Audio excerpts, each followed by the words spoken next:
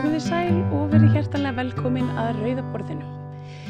Það 1. apríl, þriðjudagskvöld og það var heilmikið að vera í dag en það fór að gjósa. Kannski ekki öllum á óvörum en jú, það kom ansi reynd illa við marga. Við höfum sneisafullan þátt hér í kvöld, minna gosið. Við treystum á að þið fáið þær upplýsingar annars þar frá. En hér í lok þáttar fer Gunnar Smári Eilsson til sín þau Mohammed Emin Keisilkaya, doktorsnema í félagsfræði, séra Matthildi Bjarnadóttur, prest í Vídalingskirkju og séra Sigurvin Lárus Jónsson sem einnig prestur í Vídalingskirkju til að ræða kristni og Íslam á Íslandi og fordóma milli trúarbragða og hvernig skapa megi frið og sátt í samfélaginu.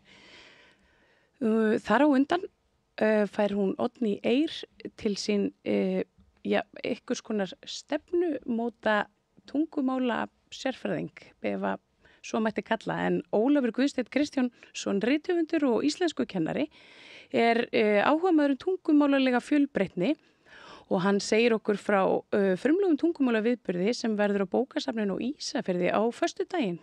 Viðburðin einhvers konar tungumálaskipti sem að virka svona svolítið eins og svona stefnumót, mjög skemmtilegt. Birna Gunnlaugsdóttir kennari í Breiðholtinu blanda sér í umræðum skólamálin og Björn Þorláks ræðir við hana. Ásgeir Brynjar Torfason, ritstjóri Vísbendingar, kemur og ræðir við Gunnar Smára fjármálaáætlun ríkisstjórnarinnar. Hvað breytist ef eitthvað frá stefnu fyrir ríkisstjórnar svona spurningin sem þeir velta upp. En hér eftir stuttar auglýsingar þá við fáum ekki til okkar. Við Pétur Fjölsteð, við brugðum okkur að bæ og vorum á fundi stjórnmálafræðinema málefni flóttafólks í Háskóla Íslands í dag. En við tókum Vilhjálm Árnason, þingmann Sjálfstæðisflokksins, tali eftir fundin, en á fundinum boðaði hann nýja stefnu og einhvers konar opnari landamæri og sagði þar að helsta hindrun frjálsflæðis á landamærum væri í raun verkalýðshreyfingin. Mjög forvitnilegt, svo við þurftum að vita meira, tókum hann tali og það kemur hér eftir skammastund, eftir stuttar auglýsingar, svo tók ég við. Hjálpið okkur að byggja upp dreifikerfi samstöðvarinnar með því að læka síður samstöðvarinnar á YouTube og Facebook. Samlokubrauð, maltbrauð, tékkneskt-brauð, súrdeigsbrauð, brauð ársins, Bernhöfts bakari, íslenskt handverk síðan 1834. Þarstan að tala borgarfulltrúa. Borgarfulltrúar Sósíalistaflokksins með viðtalstíma alla mánudaga klukkan 13:30 til 14:30. Það þarf ekkert að bóka tíma, endilega kíkja við í Bólholt 6, 105 Reykjavík. Með því að ganga í leigjendasamtökin styður þú baráttu leigjenda. Leigjendasamtökin fyrir öll þau sem vilja vinna að réttlæti og öryggi á húsnæðismarkaði. Leigjendasamtökin.is. Allt það besta ókeypis. Hrósaðu náunganum. Það betra. Samstöðin, þar sem manneskjurnar koma saman. Þú ert að hlusta á Samstöðina. Róttækt sjónarhorn á atburði dagsins.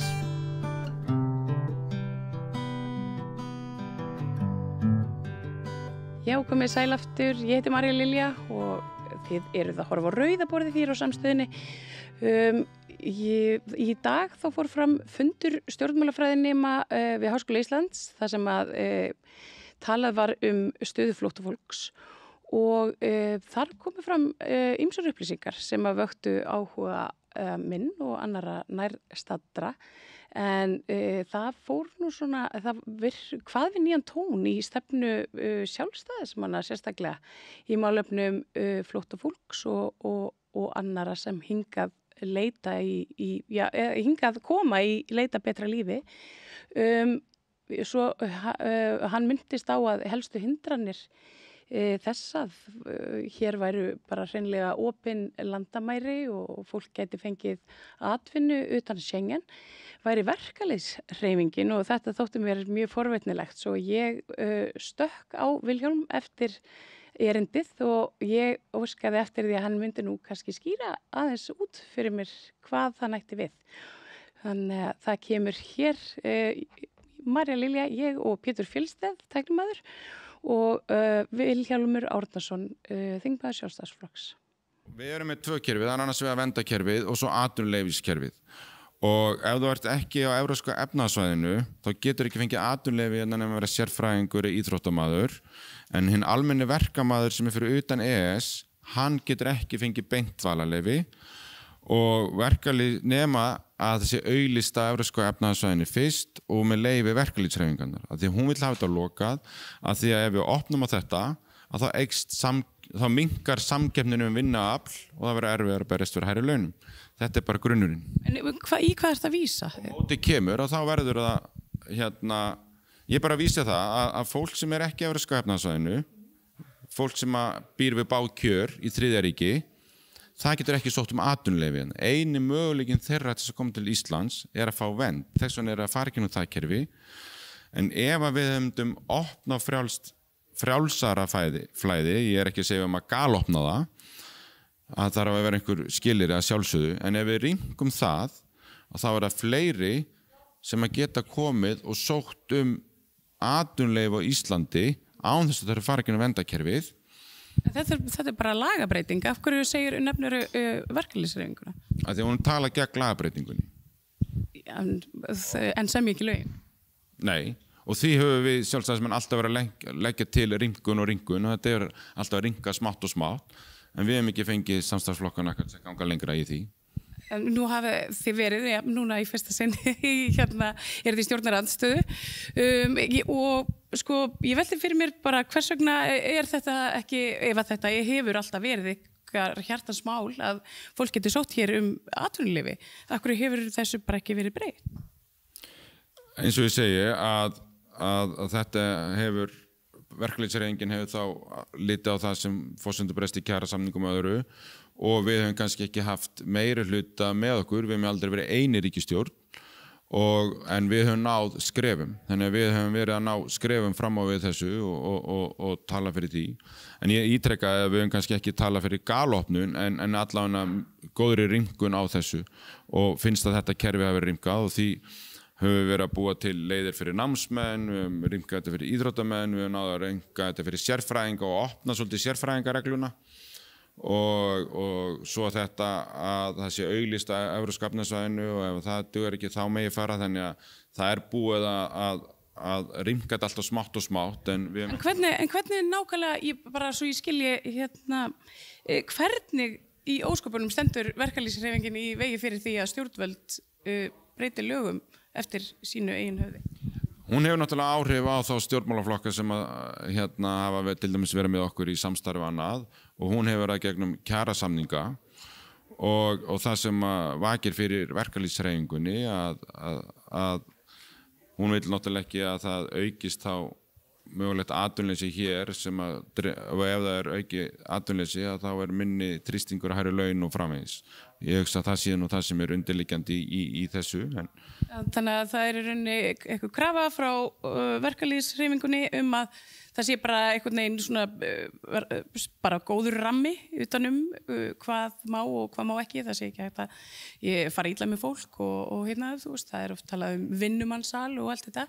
Ertu þá að vísa í þá gagnrýni eða ertu að vísa eitthvað svona sérstakt atvik? Getur þú útskýrt það fyrir mér? Nei, ég bara í þetta almennt auðvitað erum við öllum hóttið vinnumannsal og það tengist þessu ekki neitt og bara alls ekki. Þannig að við viljum öll búi við góð kjör og það nú meiri sér samkeppnismál fyrir atvinnulífið. Ef einn með einhvern undirlaunaðan og í þrælavinnu þá gerir það hann samkeppnishæfur, þannig að sjálfsögðu vil ekki sjá svoleiðis framferði við fólk og við höfum samanast í því að breyta reglum sem takast á við það.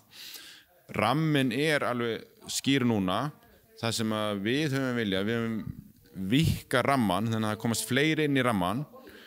En það sem að verkalýðshreyfingin sér við það að þá minna samkeppni starfsfólkið og því meira framboð starfsfólki, því minni þrýstingur á hærri laun.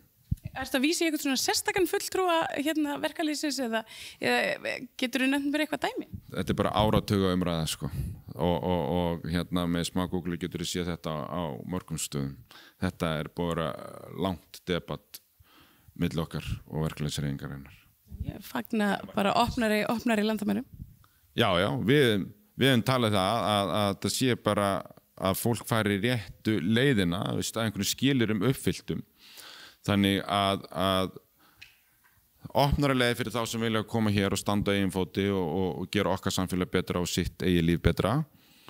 En mjög strangar kröfur þar á þeim kerfum sem sérstaklega ætla fyrir þá sem minnst minn eiga sín og þau kerfi verða að vera staðar fyrir þá en ekki full af fólki sem að geta átt aðrar leiðir. Ég alveg sammálaðir, bara alveg upp á bara næstu því öllu marki. Það bara þetta með að byrja ekki á röngum enda. Nú búið að þrengja til dæmis, það búið að breyta lögum verndarkerfið mitt, en það hefur ekki verið rýmkað á móti frelsið til þess að sækja atvinnu. Þetta ekki mistök? Nei, við höfum verið að gera bæði, sko. Við höfum verið að rýmka þetta, eins og ég segi, Sjálfstæðisflokkurinn hefur náð töluverðum árangri að rýmka rammann, töluverðum árangri, en bara ekki eins langt en við viljað. En verndarkerfið líka að reglurnar séu skýrar þar, eins og kom inn á, að þar erum við líka að setja þá skipulagða glæpastarfsemi skorður. Og það bara staðreynd málsins.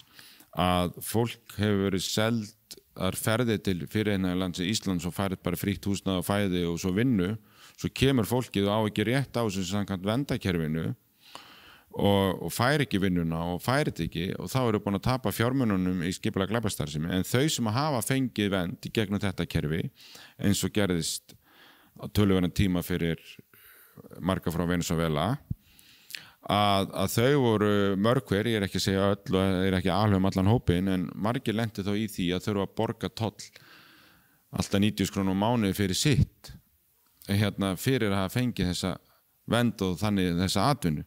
Þannig að við þurfum að horfa á heildarmyndina í þessu. Hjálpið okkur að byggja upp dreifikerfi samstöðvarinnar með því að læka síður samstöðvarinnar á YouTube og Facebook.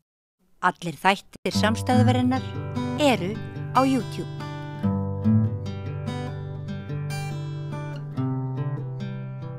Já, það komið að því að ræða efnahagsmál. Ný ríkisstjórn sendi frá sér fjármálastefnu í síðustu viku og fjármálaáætlun í þessari viku og hingað kominn Ásgeir Brynjar Torfason, ritstjóri Vísbendingar.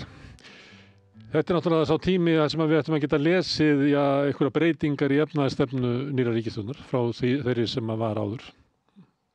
Já, og hver breytingin? Þetta skemmtilegasta fjármálaáætlunin. Það fyrsta fjármálaáætlunin sem kemur hjá nýrri ríkisstjórn. Af því að svo verða þær svona á öðru ári og þriðja ári og fjórða ári svona minna spennandi. Nema kannski ef það sést eitthvað sem á að ná fyrir kostnaðar. En þarna ættum við að geta séð að ný ríkisstjórn með aðra efnahagsstefnu heldur en var áður. Já. Í hverju felst það? Það felst í því að þau eru að styrkja tekjuhliðina, tekjustofnuna. Í raun og veru ef maður reynir að svona summera þetta, nú kom þetta bara fram í gær, þetta 200 síður, ég hraðalast það á hálfnundi í gær og fór í kastljósið og í morgun var ég að reyna að lesa þetta aðeins hægar en í raun og veru það fjármálaráði mannstuð sem ég var í þegar við byrjuðum ég byrjaði að koma til inn á COVID-kom.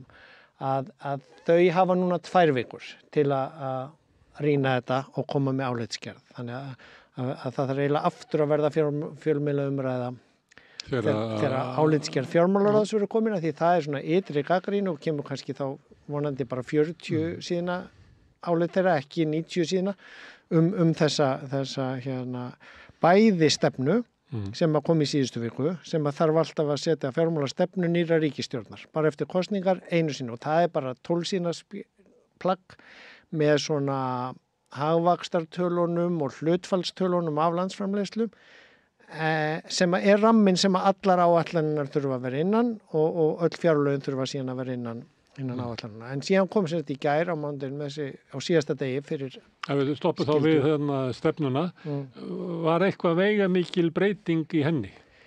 Eða þessi ríkisstjórn að viðhalda mörguleyti sömu fjármálastefnu og fyrir ríkisstjórn? Og þá verið ég að koma með svona neðamálsgrein að stundum í umræðinni og það var svolítið í Silfrinu í gær að það sem var verið að tala fjármálastefnuna sem að fyrir ríkisstjórn hafði stemt að en ekki haldið vegna þess að koma ýmislegt upp á og eitthvað svoleiðis og svo þannig að það er kannski ekki hægt að bera saman fjármálastefnu sem að bregst við fjármálastefnu sem að ekki ennþá brugðist. Nei, og þarna verð ég held ég að leiðrétta þig að rétta þig af að því þú hefur farið af leið við að hlusta á pólitíkusina í Silfrinu. Og ég veit ekki hvort það komið á RÚV-vefinn ennþá, það var ekki í morgun að þeir voru með umfjöllun Silfrið en þeir voru ekki með þar tengla í umfjöllun Kastljósið, þar sem ég og Ólafur Stefánsson vorum að tala sem vorum kannski meira svona ópólitískir að hlutlausa, þó við værum aðeins með sikura sín og mér fannst það takast ágætlega sem svona speglun, það var náttúrulega maður hefur bara korter þarna en maður er með minna en 7 mínútur það er svona ágætt að koma hér og tala um þetta á 40 mínútum aðeins dýpra en síðan komu pólitíkusar að tala um þetta í Silfrinu og ég veit ekki hvort það er hægt að mæla með áhorfa á því að því að sko þá fer þetta í svona þú veist, þeir sem voru í stjórn við vorum nú að koma með þetta allt og sem að framsóknarmenn hafi verið svolítið duglegir að halda fram Já, því þeir voru svo fúlir að þetta skildi enda því þeir hafi verið búin að vanda sig svo mikið sko þarna ef við beinum fyrst sjónunum að stefnunni síðasta ríkisstjórn setti hana fyrir 4 rúmum árum sko, og auðvitað koma upp stór mál og þá eru fjármálareglurnar teknar úr sambandi og ef að það þarf að víkja út fyrir stefnuna þá þarf að senda aftur til fjármálaráðs og fjármálaráð þarf að meta eru nægjanleg skilyrði til þess að leyfa það að sé farið út fyrir en þau settu bara lög þú veist, og breyttu bæði í COVID og síðan tóku þau reglurnar svo lengi úr sambandi þannig að það reyndi í raun og veru ekkert á þetta þannig að það er erfitt að bera það sama við og núna er í raun og veru byrjuð upp á nýtt, kosningar, ný stefna og það er eiginlega alveg ómögulegt að bera það sama við hitt. Hins vegar er augljóst núna af bæði í stefninu og sérstaklega í áætluninni að þau eru að laga til í þessari nýju ríkisstjórn hluta af þeim vanda sem var til vegna þess að fjármálareglunum var haldið opnum eða sem þær tóku ekki gildi aftur og þá fjármálareglunar eru svona þröskuldar eða rauð strik hvað má hallarekstur má vera mikill og hversu skuldirnar mega vera miklar. Já, og ef þær eru upp fyrir ákveðið marka þá þurfa að lækka það. Þannig að þetta eru þessar 3 reglur svo núna kynna þau svo við hoppum aðeins inn í það nýja reglur sem þau ætla að setja sér, það er frumvarp á þinginu, þessi stöðuleikaregla og sem á að halda aftur af útgjöldunum sérstaklega í hagvexti, uppsveiflu. Til þess að í raun og veru það gerist ekki það sem að gerðist síðast, að það hélt bara áfram útgjaldavöxtur vegna hagvaxtarins að því að þetta er allt hlutfall af landsframleiðslu án þess að það væri tryggt að tekju öflunin fylgdi. Þannig að það í raun og veru skapar hallan.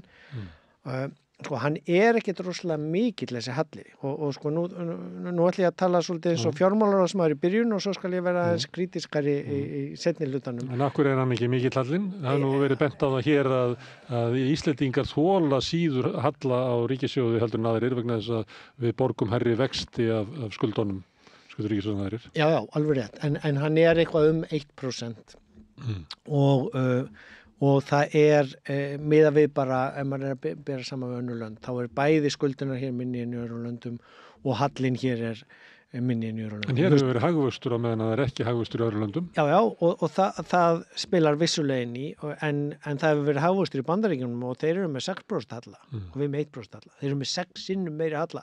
Þeir eru náttúrulega að fjármagna stríð og gera allskyns og þeir þola það miklu betur en við, því þeir eru með miklu betri gjaldmiðil en við og allt það, en bara punkturinn er þessi,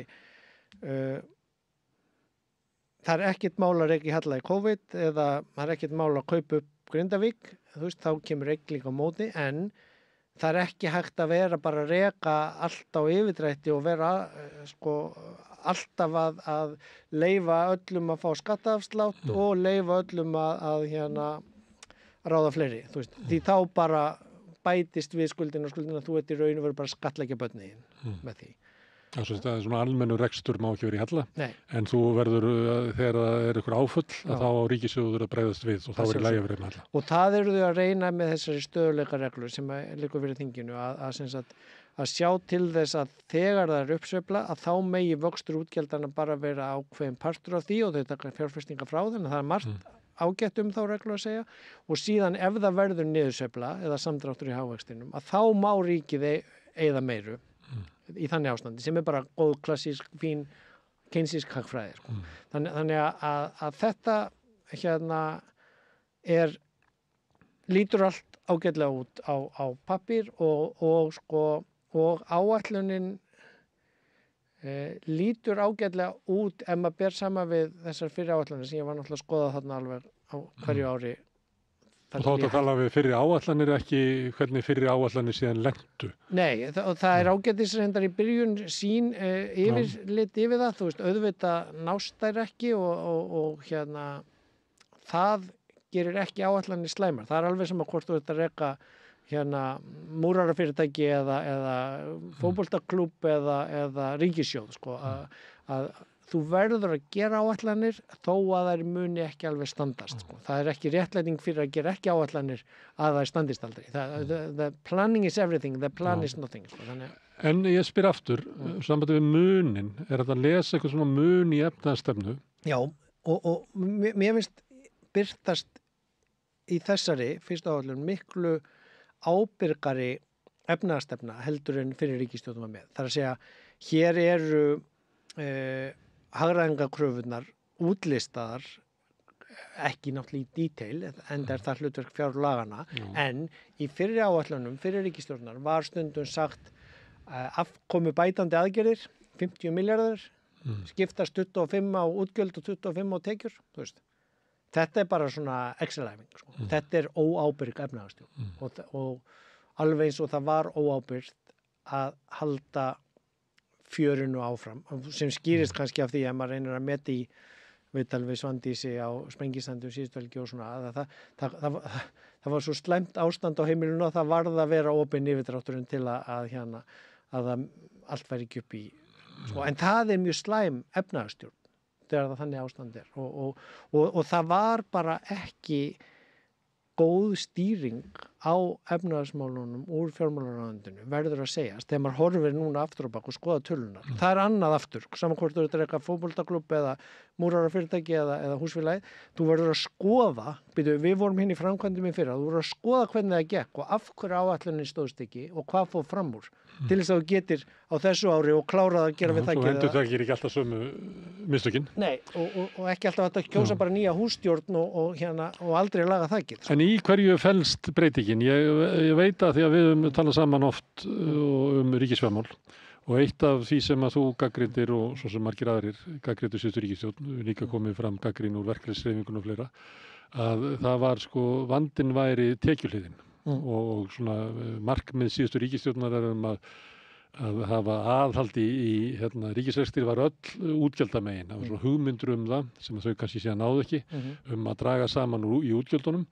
En vandinn lá alltaf í því að tekjurnar voru lágar. En það er verið að bæta það með veiðigjöldunum sem að fræktur orðið, kílómetragjaldi á rafmagnsbíla, ferðamannaskatti einhvers konar. Og til að öllum sé gefir réttlátur heiður í hluti af hugmyndinni eða forvinnunni, að þá var það alveg í fjármálaáætlun fyrir 2019 plan að setja á gjöld á ferðaþjónustuna. Svo kortuðu þau svo mikið og það var hætt við það. Og Ríkissjóður hefði staðið betur ef það hefði verið gert og jafnvel hefði kannski dempast aðeins einhver.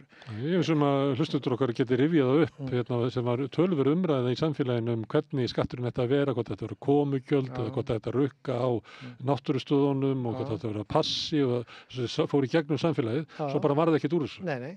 Að því að eins og ég skrifaði í leiðari vísbendingum síðustu viku, það var svo mikil nánd á milli atvinnuvegana og stjórnvalda að það er hlýtt of mikið kröfunum þaðan og auðvitað koma þau, auðvitað það er hlutverk lobbyista samtaka, sem hvort það eru sérhagsmuna samtök, ferðaþjónustunnar eða atvinnulífsins eða sérhagsmuna samtök, útgerðarinnar, þú veist, LIU eða hvað sem það heitir núna, að þeirra hlutverk er að kvarta við svona, en hins vegar er það hlutverk stjórnmálana að sjá almannahag en ekki að sjá hag þessara atvinnuvega. Auðvitað með að þau ekki drepa þá þannig að það verði bara atvinnuleysi, en að það er hlutverk stjórnmálana líka að það verði umræða. Og ég var alveg voða fúll yfir að þetta fara að setja á okkur að ég þurfti að borga að fara inn á Þingvelli eða Hálendið, en þetta er bara útfærsluatriði, alveg eins og ég myndi vera brjálaður eða væri búið að einkavæða allar sundlaugar í bænum og ég þyrfti að borga bláalónsgjald inn í sund á hverjum tíma, en meira sé að núna eru mikið af sundlaugum kringum landið búin að hækka einskiptisgjaldið, en ef þú kaupir 10 miða að þá færði það hálfverði. Ég á 10 miða kort í ansi margar sundlaugar kringum landið og þetta er einhvers konar útgáfa sem þarf að vera að því að einfaldlega evrópska lagaumgjörðin sem við vinnum innan sem varðandi frjálst flæði fólks og ferðamanna og markaðar, það má ekki mismuna eftir þannig en menn nota ýmsar aðferðir við þess og við sjáum, þú nefndir að það var ekki í fréttum núna í haust að sundlaugarnir Reykjavík voru byrjað að rukka eldri borgara til þess að geta náð peningum af öldruðum túristum. Þannig það er svona, en við þekkjum dæmi með stila, ég veit ekki hvort þú hefur tekið svona vatnabús í Feneyjum, að þar ef þú túristi og enginn er í Feneyjum meira en svona 2-3 daga af því að það er bara þannig staður og fólk flýr aftur túrismann þegar það er þar, að þá þarf það að borga töluvert mikið fyrir kortið en það kostar jafnt mikið árskortið fyrir þá sem að búa þar. Og þetta er þetta á pólitík að snúast og skattar og einmitt lýðræðisleg umræða skatta.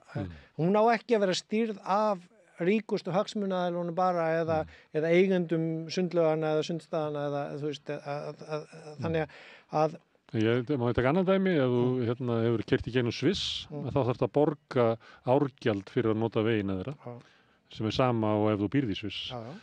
Og það er mörg svona dæmi. Þetta líka í aðgengi að svona ferðamannastöðum, náttúruminjum og söguminjum í Bretlandi sem er haldið utanum í gegnum National Trust og það virkar á sama hátt að þú ert bara í stuttri ferð þá borgar þú tölvöld mikið en þú sem íbúi getur keypt kort sem kostar náttúrulega eitthvað en ekki neitt teljandi miðað við það sem að búa þar. Nei, og svona þarf að útfæra og þarna er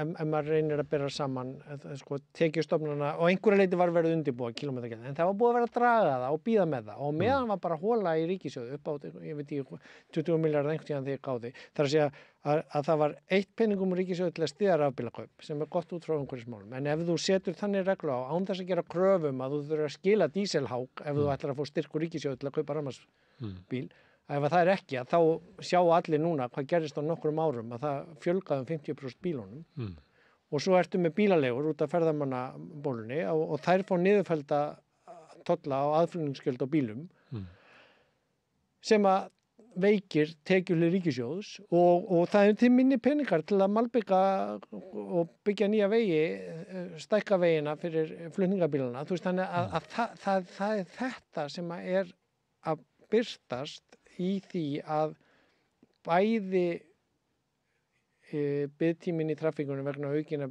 bíla og hólurnar á vegunum vegna lélegs viðhalds.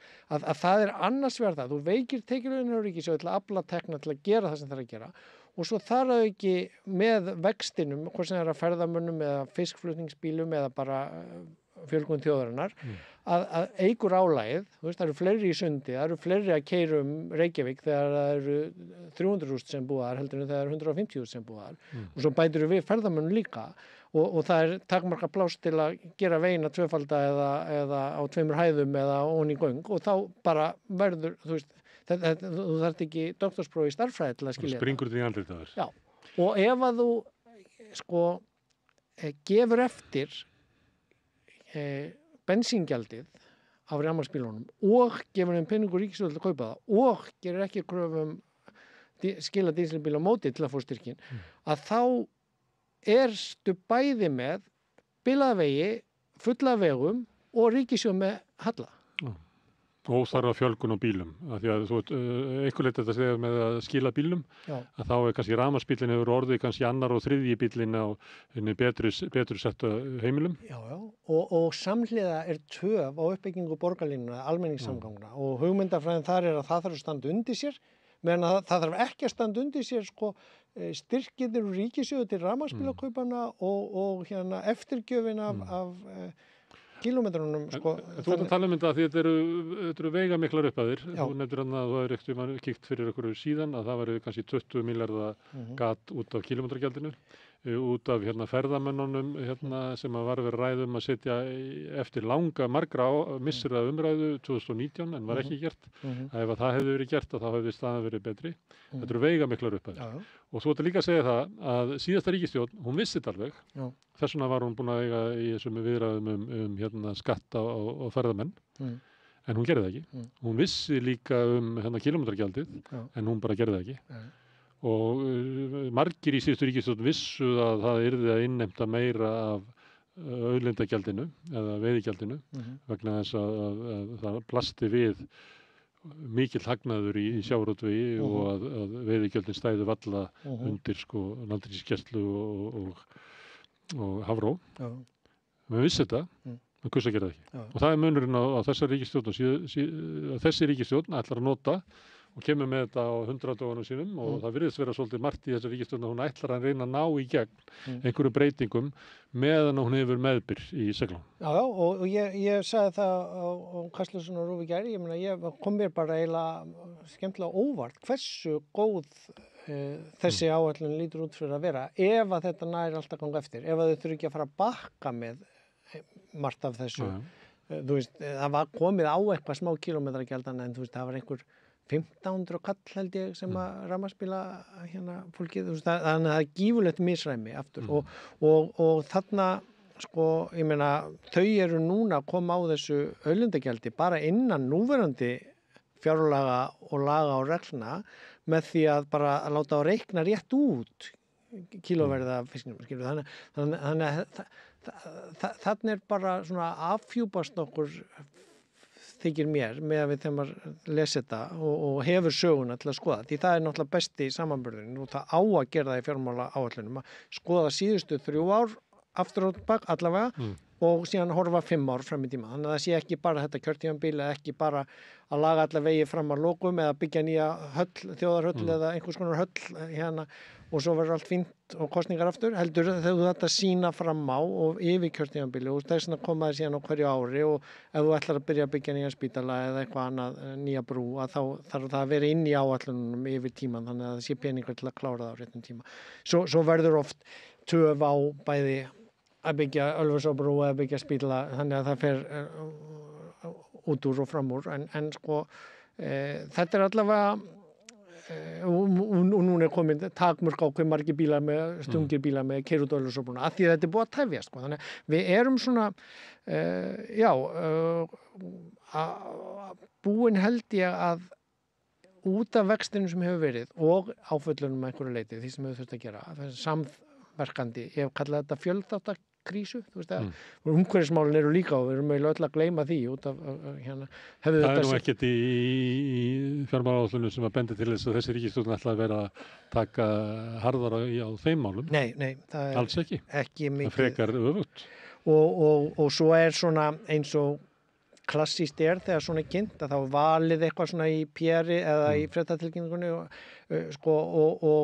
og það er líka valið örugglega á í ráðherranefndum efnahagsmála eins og heitir, það sem eru formenn flokkana eða mikilvægustu ráðherrarnir sem stýra og svo þurfa hinir ráðherrarnir aðeins að fylgja hvar eru áherslunar lagðar og það eru varnar, öryggismál og innviðir, þú veist, þannig að hérna í þessu tilfelli en síðan sko ef ég á til að vera ekki bara jákvæður, ég var að reyna það í gerð líka að vera með svona plúsa og mínusa sko, að það samt með framsetninguna smá og ég veit ekki, ég bara hafði ekki tíma í dag, ég var á löngum 4 tíma fundi í öðru rándi, ég hafði ekki tíma til að fakttjekka það að bera saman sko, en þau kynna í glærukynningunni frá ráðuneytinu í gær og ríkisstjórninni að þau ætla að auka til dæmis í hérna menningar og menntamál, en síðan í glærunni í fréttunum og RÚV í gær var samdráttur þar sko. Þannig að þarna svolítið vont sko þegar við getum ekki haft tölur. Þú vonda reynslu af fjármálaráðuneytinu og kynningu þeirra. Já, en ég ætlaði samt að vera jákvæður á það núna. Þeir sýnist mér búnir að vera að bæta sig á mörgum sviðum og ég er náttúrulega vannur að lesa hlungin og PDF-in vill hafa 200 sína PDF-i en þau eru búin að setja þetta fram á vefnum í svona, þú getur skoðað þetta í símanum og töluupplýsingunar settar fínar fram og svona, þannig að það er búið að bæta mjög mikið framsendinguna, þannig að þú ættir að geta fengið fleiri til að tala um þetta sem er ekki að nörda sig og 200 sína skjal, þannig að og bara með svona smá hérna stúdíu sem þetta líka þessar 2 vikur og kannski 2 vikur eftir að álitsgerð fjármálaráðsins kemur að það er markmið lagana, það á að vera og þannig á lýðræði að virka, það á að vera umræða og til að líka fyrirbyggja þau gera einhver katastrófal mistök og til að verði debatt í samfélaginu en það má ekki vera þannig að það sé alltaf bara hagsmunafulltrúar atvinnuvegana sem fara beint inn í ráðuneyti og fá sínu framgengt og ekki, þú veist, það er ekki verið. Þannig er það nú svolítið í umræðinni hérna í fréttunum, það eru mjög fljótir að koma svona hired gun frá hérna hagsmunarsamtökum hérna hálft silfrið með bæjarstjórum sem voru sem var eiginlega svar RÚV við kröfu SFS að umræðin myndi snúast yfir á það að þetta væri landsbyggðarskattur. Og hérna og RÚV svaraði því bara og stilt upp fyrir SFS.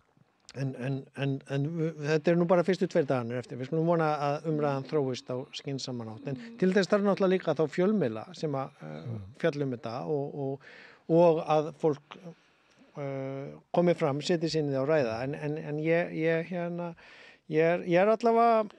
En hérna, ef við horfum svona yfir efnahagsmálin til lengri tíma, þá erum við að hérna að koma út úr tímabili.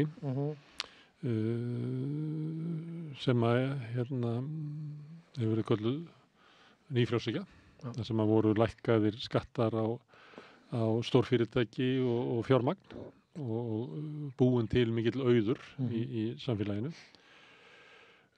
Á þessu tímabili var líka svona haldið aftur af hérna vexti opinberrar þjónustu, það var mikill hérna samdráttur. Mikið aðhald sem að leiddi til svona þessa að heilbrigðis- og menntakerfið okkar hérna var svelt. Ég er ekki fullkomlega en að miklu leyti og kannski svo mikið að það hefur verið svona takmörk og geta til þess að endurnýja sig.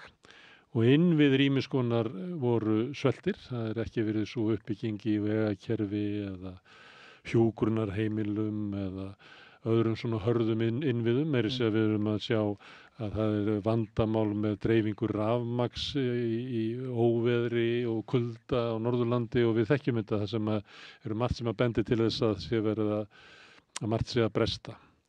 Það hefur verið bent á að þetta hangi saman, að það eru minni innheimta af tekjum, þess að skattalækkunin sem var gefin tilteknum aðilum í samfélaginu, að henni var mætt með því að skera niður, veita reka svona sveltistefnu, fresta innviðauppbyggingu.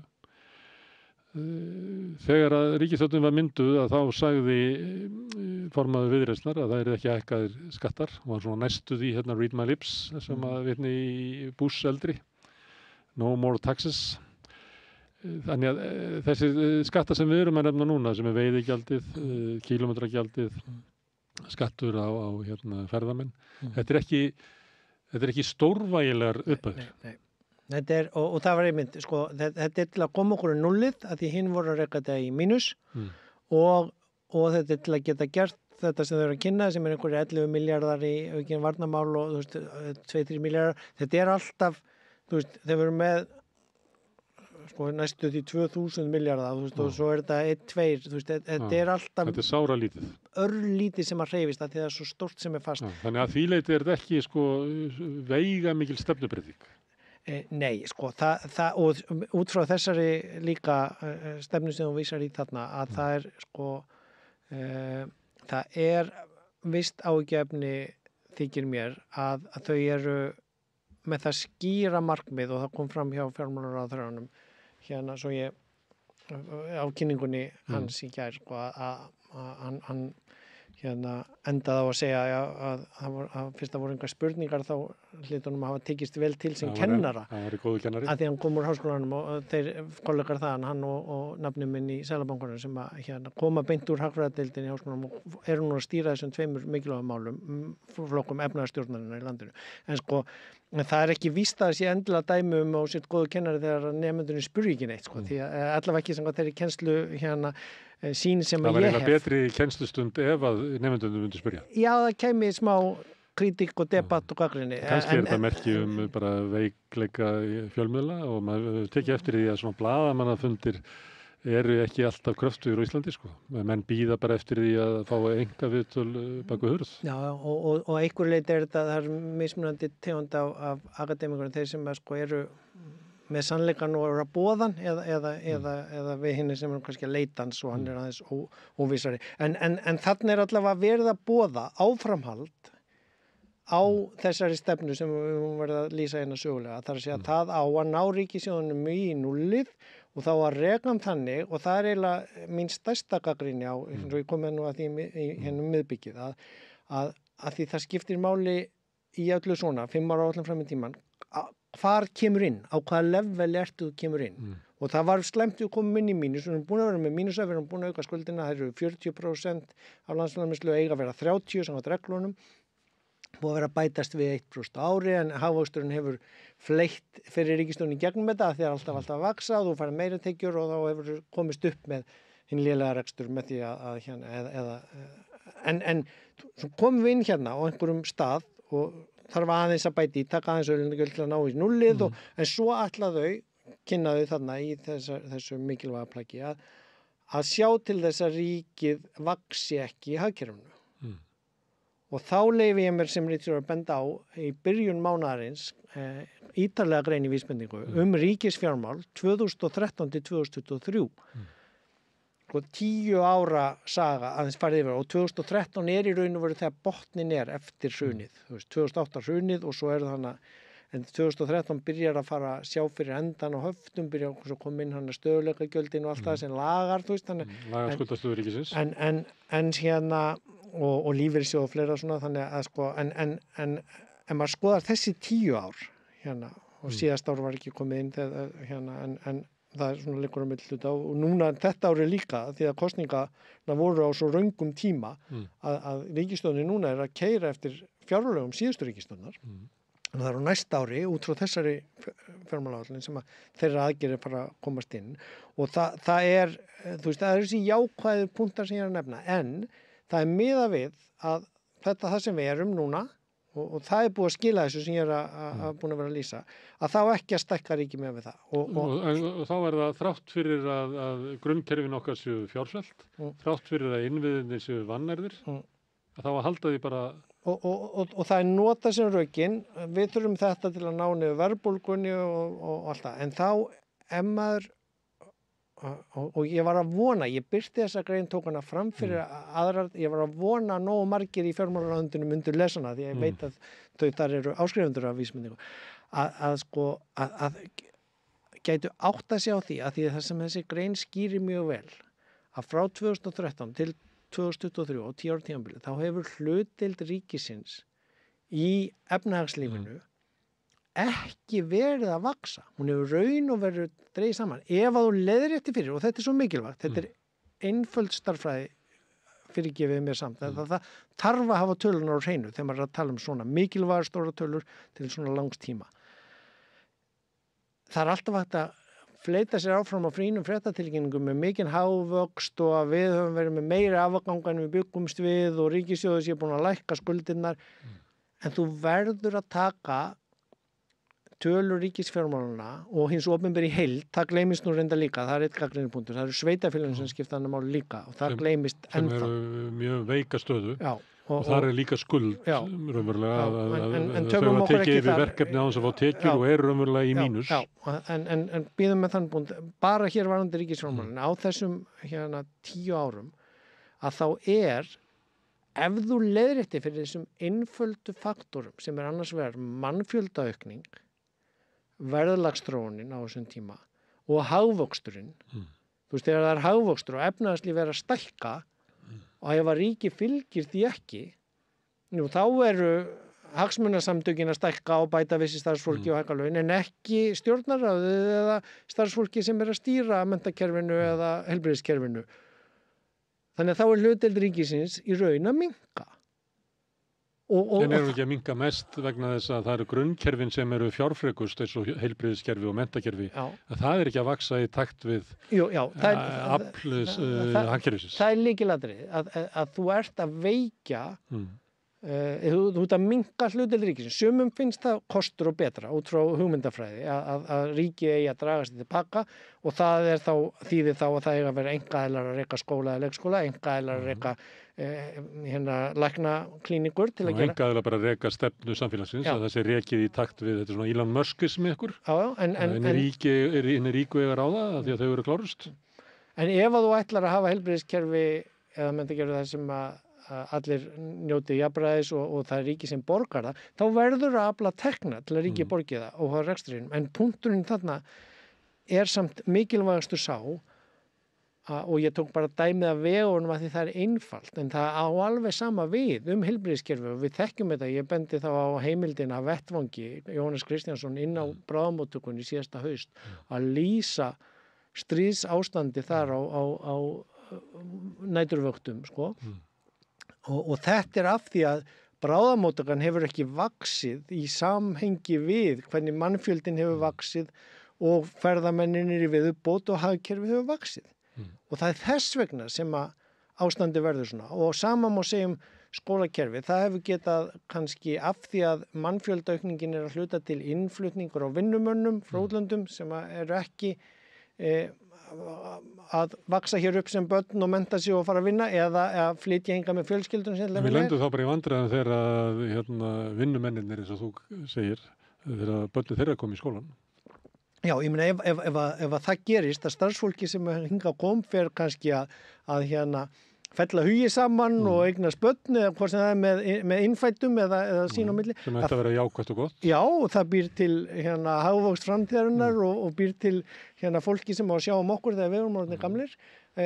Öldrun þjóðarinnar sem kynnt sem oft kostnaður og sæðrætt sem frábært að við lifum lengur og getum En þetta kallar á að hið opinbera sem að sumum finnst vera rosalega neikvætt og ég að draga úr og minnka en í raun og veru spítalar, skólar að veginni sé ekki götóttir grunnforsendur góðs samfélags og kannski almenningssamgöngukerfi sem að ekki rekja á hagnaðarforsendum þannig að séu færri á bílum en þú veist, þetta kostar og þetta er hlutdeild ríkisins í efnahagnum en það er staðreyndin svo á áratugnum þar til ég hitti fyrra og fyrir líklega alveg í sömu línu að þá bara út frá þessari stefnu sem við varst að tala sem við stýrt efnahagsmálum hér og löginum opinber fjármálar að vissuleit alveg í vissum anda við og þessar fjármálareglur að þá bara þess gætt að umsvif hins opinbera séu ekki vaxandi og það er það sem pólitík á að snúast aftur sem ég segi, hvað á það að vera mikið á það að aukast eða minnka en það má ekki vera þannig að umræðan sé öll skökk að því menn kunni ekki að leiða þetta fyrir mannfjölda, verðlagi og hagvexti að því það tala hallinn svo mikil á ríkis og útgjöldin búin að aukast svo mikið já, þau eru búin að aukast og eru búin að aukast of mikið með við tekjurnar að því það var verið að gefa eftir skattafætta en það er ekki búið að aukast í samhengi við verðlagsþróun, hagvöxt og mannfjöldaaukningu Þannig að þetta er staðreyndin sem við komum inn á byrjun og ef að þetta baselineið, grunnlínan sem við komum inn í þessa fjármálaáætlun með núna og efnahagsstjórnunin miðar að því að sjá til þess að ríkið vaxi ekki, að þá erum við, að því ég best séð, út frá þessari áætlun og plani, ekki að fara að sko byggja upp mikið betra samfélagið að bæta ástand í skólamálum eða heilbrigðismálum, heldur við erum að fara byggja gáma við bráðamóttökuna, við erum að fara að fylla í hólunur á vegunum, en þá að halda umfangi ríkisins á þeim stað þar sem það er núna. Sem að var staður þar sem fyrri stjórnvöld hafa markað. Þannig þetta er ekki stefnubreyting að því liti. Nei. Heldur þetta freka kannski ríkisstjórn sem að segja að við ætlum að vera betri í að reka stefnuna sem að þið ætlum að hafa? Og taka fjármálareglunar inn og bæta við einni og aftur þannig. Sú regla er góð út af fyrir sig til að fyrirbyggja mistökin frá síðast ári, en við þurfum aðeins að ræða kannski síðasta korterið. Hvernig ætlum við að bæta fjársvelti sem hefur verið í grunnkerfunum okkar áratugum saman? Hvernig ætlum við að vinna upp innviðaskuldina? Og þá er það líklega að það væri markmið í sjálfum sér að bæta heilbrigðiskerfið, að bæta menntakerfið, að bæta innviðina, vegna þess að með því væri við að byggja upp öflugra samfélag og sterkara samfélag. Já, og til hvers erum við að setja fjármálareglunar? Þú veist, hugmyndafræðilega byggja það á því að það er hættan á því að pólitíkusarnir fara að eyða á miklu, því það er svo þægilegt og mikið fjör. Og vissulega er þetta að benda á dæmi og sönnum það. Þau tóku reglun á samband út af COVID og út af eldgosum, héldu áfram og fjármálin eru í -1%. Ja, en og ég get alveg sem fjármálaráðs fyrirverandi maður sagt, gott að setja regluna aftur í samband, gott að setja þessa nýju reglu þannig að það fari ekki, slæti ekki svona í góðu og þegar það komi niðursveifla megi, en við þurfum samt að hugsa aðeins þessi tvö mikilvæg atriði, annars vegar raunstærðin, hvar erum við stödd, hvaðan erum við að koma þegar við ætlum að halda okkur á þessu með það, og hins vegar, hvert er markmiðið með fjármálareglum? Og í teóríinu er ég búin að vera að tala um þetta og markmiðunum þar, en það má ekki vera þannig að fjármálaregluna séu til þess að létta af pólitíkinni allir erfiðri umræðu og gera þetta einhvers konar sjálfstýringu í raun og veru svolítið eins og við erum búin að gera með seðlabankamálin og vextina. Það er bara eins og það sé óumflýjanlegt að það séu svona háir vextir hérna og að verðbólgan komi niður bara með því að vaxta pína skuldsetta. Það mætti eiginlega orða þannig að þá væri við eiginlega búin að fella niður svona efnaðastefnun í frjálshyggjuáruna inn í lögmál og stjórnmálin verða að halda sinni hennar. Það er ólöglegt að fara að braut nýfrjálshyggjunnar. Já, og svo hefur þannig svona manúverspeið, þú hefur þannig svona rými hérna til þess að hreyfa þig innan þess sem er svona 11 miljardar af þessum 2000. Og það er valið sem að kjósendur hafa að velja á milli einhverja svona kratastjórnar eða einhverja svona hægri stjórnar það hvernig þeir ráðstafa þessu svigrúmi. Og þetta veldur mér og af hverju er ég að taka þetta upp það eru grunnpuntanir sem ég þarf að koma að í lokin og bara endurómur af umræðum opinber fjármál í Norðurlöndunum og Bretlandi og bráðum Bandaríkjunum líka, þar kemur þetta bara alltaf að loka hérna hinn opinbera, það verði ekki borgað út og þau þurfa að semja um eitthvað en Spring Statement, Rachel Reeves hérna yfirlýsingin hjá henni var núna í síðustu viku þegar að það kom fram uppfærð áætlun stöðu hagsveiflunar frá fjármálaráðinu sem er svona eins og fjármálaráð og þjóðastofnun þar, Office for Budget Responsibility, og hún þarf þá að bregðast við og segja hvað þau ætla að gera, ætla að fara í niðurskurð, ætla að auka skatta eða ætla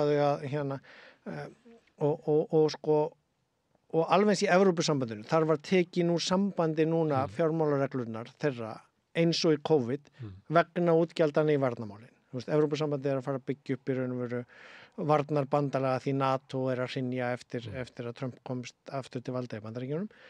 Þannig að þar eru teknir öll útgjöld til varnarmála fram hjá reglunum og það hjálpar efnaðum í Þýskalandi að díselbílaframleiðslan fer að vera díselskriðdrekaframleiðsla sem svona klassískt eins og Ford tók að sér að framleiða Willys. Það Willys. kannski deila það hvort þetta sé góð fjárfesting til þess að byggja upp samfélaga eða því í vond. Ég trúi að þessu peningu fer náttúrulega bara til þess að kaupa dót frá Bandaríkjunum. Já, og svo það umhverfismálin sem sko lenda allt og aftarlega í allir þess að því það í raun og veru svo vá.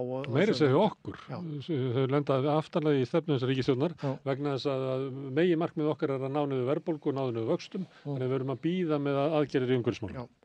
Og meðan kemur meira og meira af óveðrum sem valda meira og meira skada sem valda því eins og orðið í Bandaríkjunum að tryggingafélög eru að hætta að tryggja hús á vissum stöðum, þannig það kemur fjármála effekt af í raun og veru öllum þessum ástæðum. En ég ætla að koma að því sko að efnahags ástandi í heiminum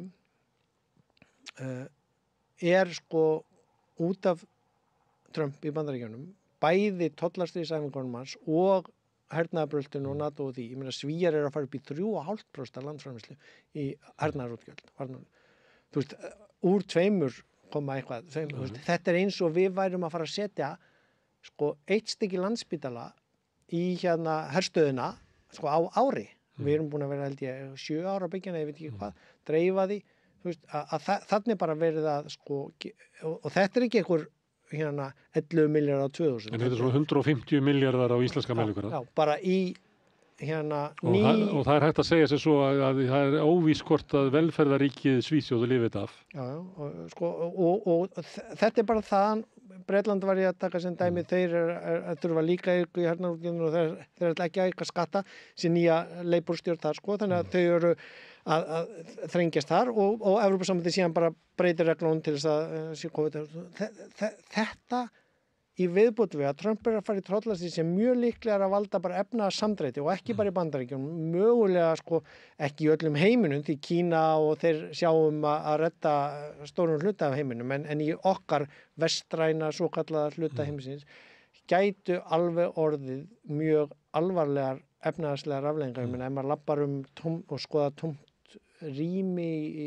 atvinnuhúsnæði í bænum og svona, það hægt að finna allskyns merki að við séum mjög nálagt í að hlutinni geti farið á verri veg og þá það gæti orðið snögg breyting sem að hefur átt sér langan aðdraganda og þegar hún gerist þá verðum við hissa þegar hún sér að hvað hún getur orðið snögg og djúp. Já, og þá eru alla töluna farnar út úr kortinu og þá rosalega vont að vera með göt út af vegi eða bráðamóttöku í gámum eða skólakerfi þar sem börn kunni ekki að lesa þegar klára eða þú veist, allt, þú veist. Þá setjum við eftir og segjum við hefðum átt og við hefðum átt og við hefðum átt og við hefðum átt en við gerðum það ekki.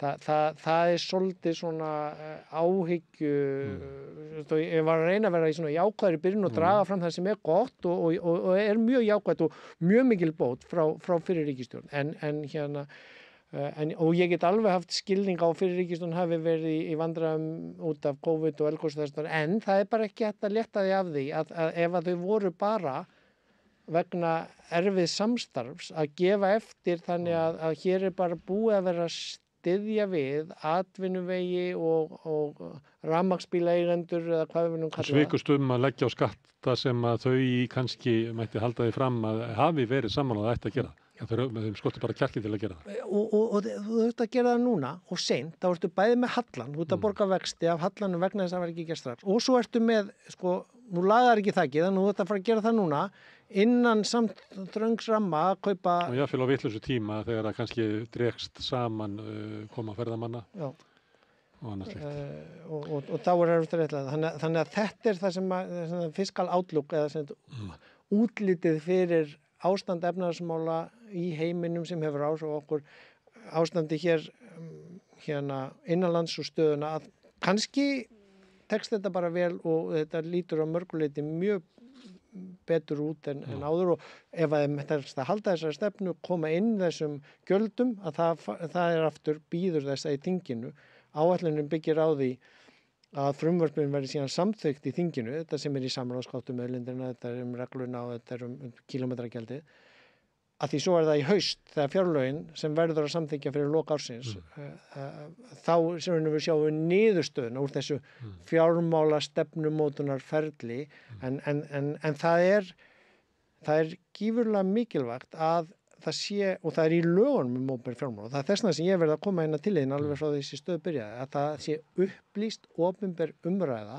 opinber fjármál og pólitíkin á í raun og veru að snúast þetta og hvað þið að gera og hvað áherslu, það er eðlileg lýðræðisleg umræða fjármálapólitík en svo sko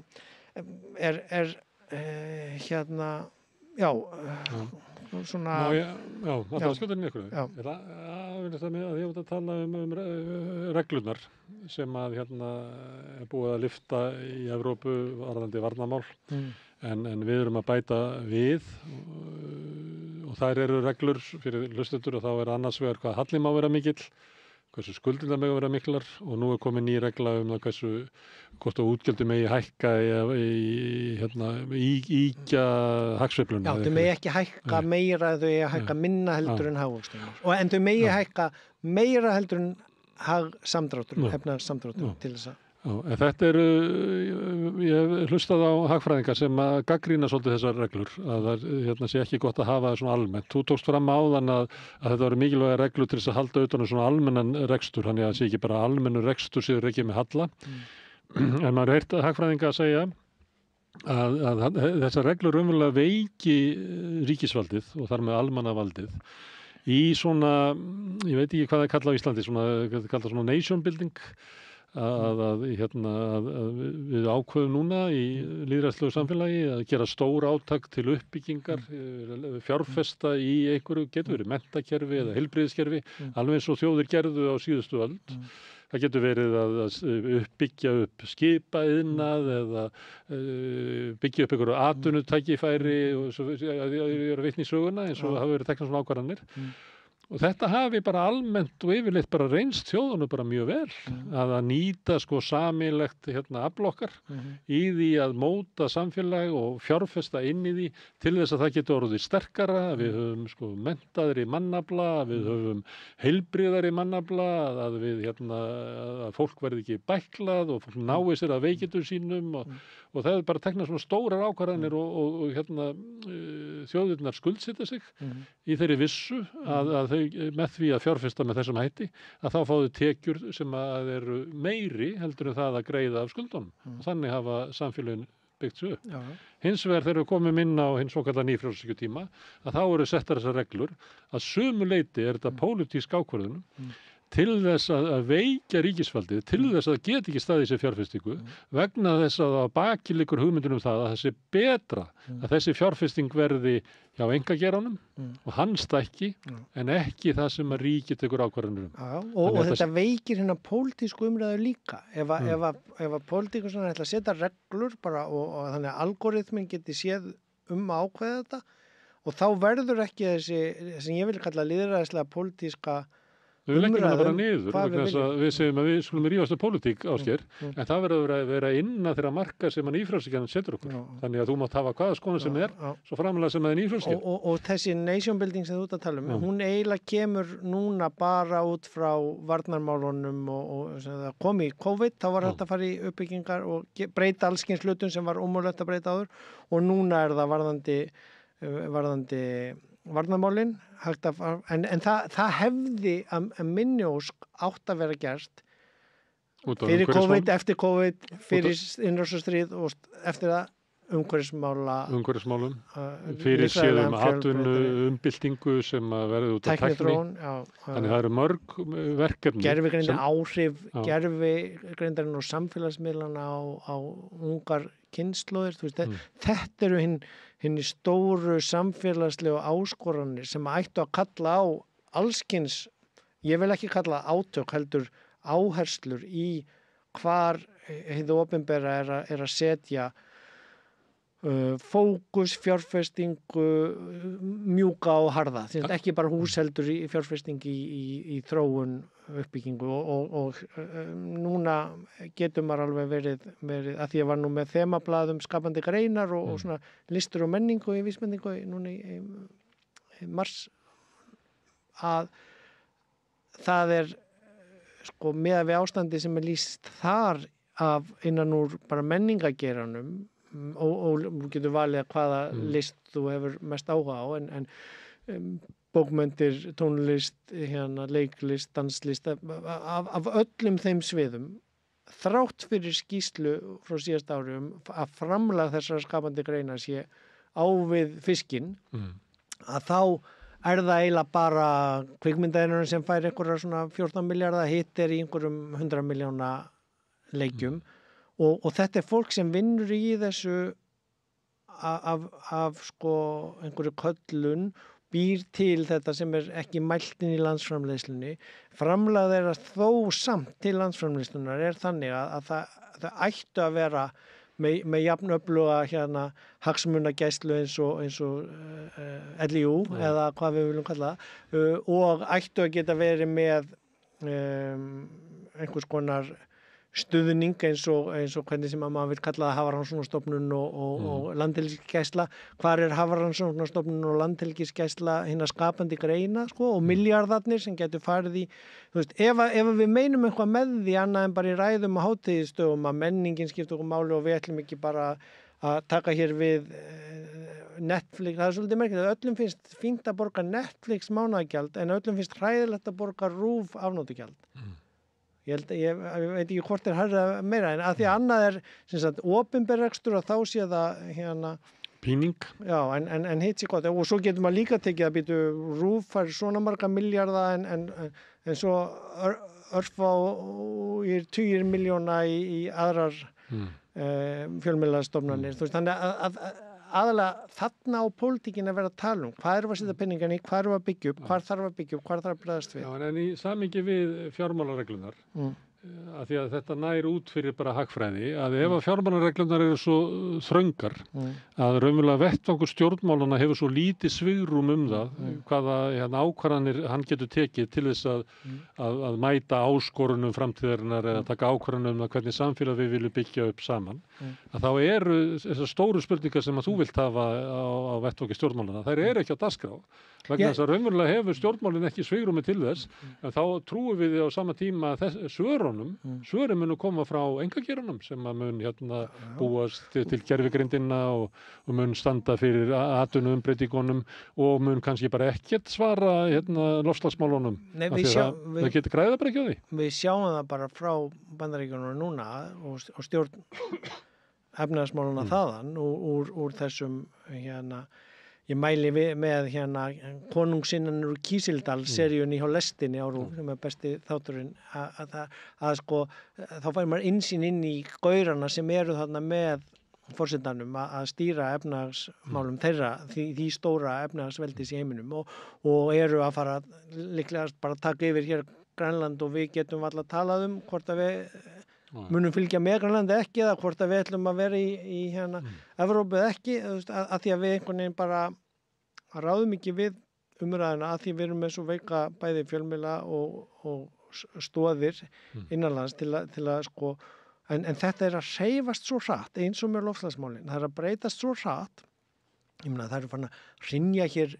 grjót úr hlíðum og ná bíla og drepa túrista á vegunum okkar ég meina þú veist þetta bara að gerast miklu hraðar en það búið að vera fyrirliggjandi og ef maður hefur ekki gert neitt og undirbúið sig þá verður maður rosalega hissa við erum ekki hissa lengur þegar kemur eldgos við vissum að það var kvik og innskot við erum með vísindamenn og rannsóknir og mælingar og tól en á öllum þessum svona hinum mikilvægu sviðum í þessum rosalega miklu breytingum þá getur maður verið sko ansi áhyggjufullur yfir stöðuna við séum svona þó þetta líti vel út við séum að bregðast vel við og þetta sé mikil bæting frá því sem var að þá séum við á samt svo hættulegum stað í heiminum og svo veikum grunni með hvernig staðan var og hvað mikið sem þurfa að gera að þá getur maður eiginlega orðið svona ekki nógu ánægður með hvernig útlitið að því að það sko já, það er rosalega margt sem að breytast rosalega hratt og það, við sáum það í COVID, það hægt að gera rosalega mikið en það kallar á að maður skipti bæði hugmyndafræði eða svona hvað mental map og hvað maður trúa sér hægt en það ansi margt í þessu sem að gerir mig svona smá efins hvort það muni ganga en það líka hægt að snúa því út frá þessu til enn betri vegar. Það hægt að eftir að búið að leiðrétta kílógjaldið og þorskinn að bæta í hvernig rukkað fyrir aðgangan að auðlindunum og frá ferðamönnum og frá orkufyrirtækjunum og þannig að við nálgumst Noregi í hvernig við fjármögnum okkur út frá sameiginlegum eignum en það krefst pólitískrar umræðu styrks og útfærslu og að menn skilji tölurnar og vöxtin. Við höfum svolítið slætað þetta á þessari ferðamannabólu frá 2013 og vextinu sem kemur á henni og allar hagtölur líta vel út og þetta hefur svona að reddast og ég segi svolítið aftur eins og ég hef kannski einhvern áður sagt hjá þér að ég smá skeptískur á að þetta geti alltaf reddast sko. En vonandi ég bara með óþarfa áhyggjur og þetta fer allt vel. Ásgeir Brynjar, takk fyrir þetta ferðalag úr fjármála áætlun og fjármála stefnu yfir í bara stærstu mál samtímans. Takk fyrir. En við sitjum hérna áfram við rauðaborðið, erum alltaf að reyna að skilja þetta samfélag og heiminn sem við lifum í. Næsti kafli eftir augnablik. Samlokubrauð, maltbrauð, tékkneskt brauð, súrdeigsbrauð, brauð ársins, Bernhöfts bakari, íslenskt handverk síðan 1834. Allir þættir samstæðvarinnar eru fáanlegir á öllum helstu hlaðvarpsveitum.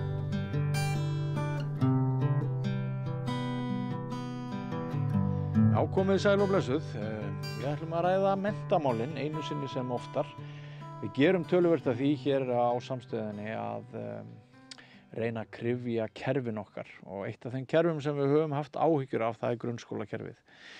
Þið hafið heyrt ansi margar neikvæðar fréttir úr grunnskólastarfi núna undanfarið og stundum finnst manni eins og það standi ekki steinni við steini. Við höfum fengið mikinn fréttabálk úr Breiðholti og svo hefur líka verið fjallað vanda í Garðabænum, einhver Morgunblaðið sem hefur staðið fyrir þessu og mér hefur sýnst sem að það séu svona dregnar ólíkar ályktanir eftir því kannski í hvaða hverfi verið að fjalla skólamál og það svona ýmislegt sem að maður vill fá að vita af því sem gerist innan veggja grunnskólana og þá nú aldeilis gott að það eru til kennarar í landinu sem að stundum eru til í að ræða við okkur blaðamenn og hingað komin góður gestur Birna Gunnlaugsdóttir.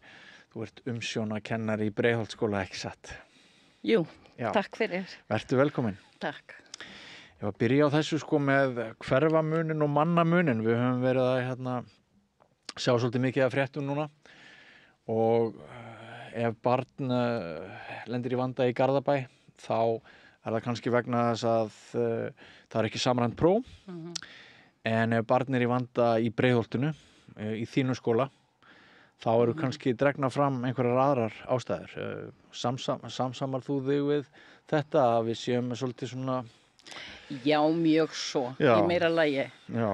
Og ég vakti nú athygli þína fyrir Facebook status þar sem að mér var svolítið misboðið af fréttaflutningi. Já. Og þá ég ekki að draga fjöður yfir að það getur verið stórkostlegu vandi í einum bekk. Einmitt. En ég fann til með nemendunum sem ég kenni og fleirum í skólanum og starfsfólki að það skildi dynja eins og til dæmis var alveg sérstaklega í Morgunblaðinu síðan tók Ríkisútvarpið aðeins undir þar sem var mjög einhliða og sterk umfjöllun sem í rauninni mjög erfitt að svara og þetta snerti líka sjálfsmynd manns sem starfsmanns og kennara foreldrana sem eiga börnin í skólanum. Þetta var mjög óvægið og alls ekki alltaf rétt farið með. En ég ekki að draga fjöður yfir það að það var sem sagt, eins og hefur komið fram vandi innan einnar skólastofu. Já, sko það svolítið snúið stundum átt að segja á því hvað einkamál og hvað opinber mál í þessum geira.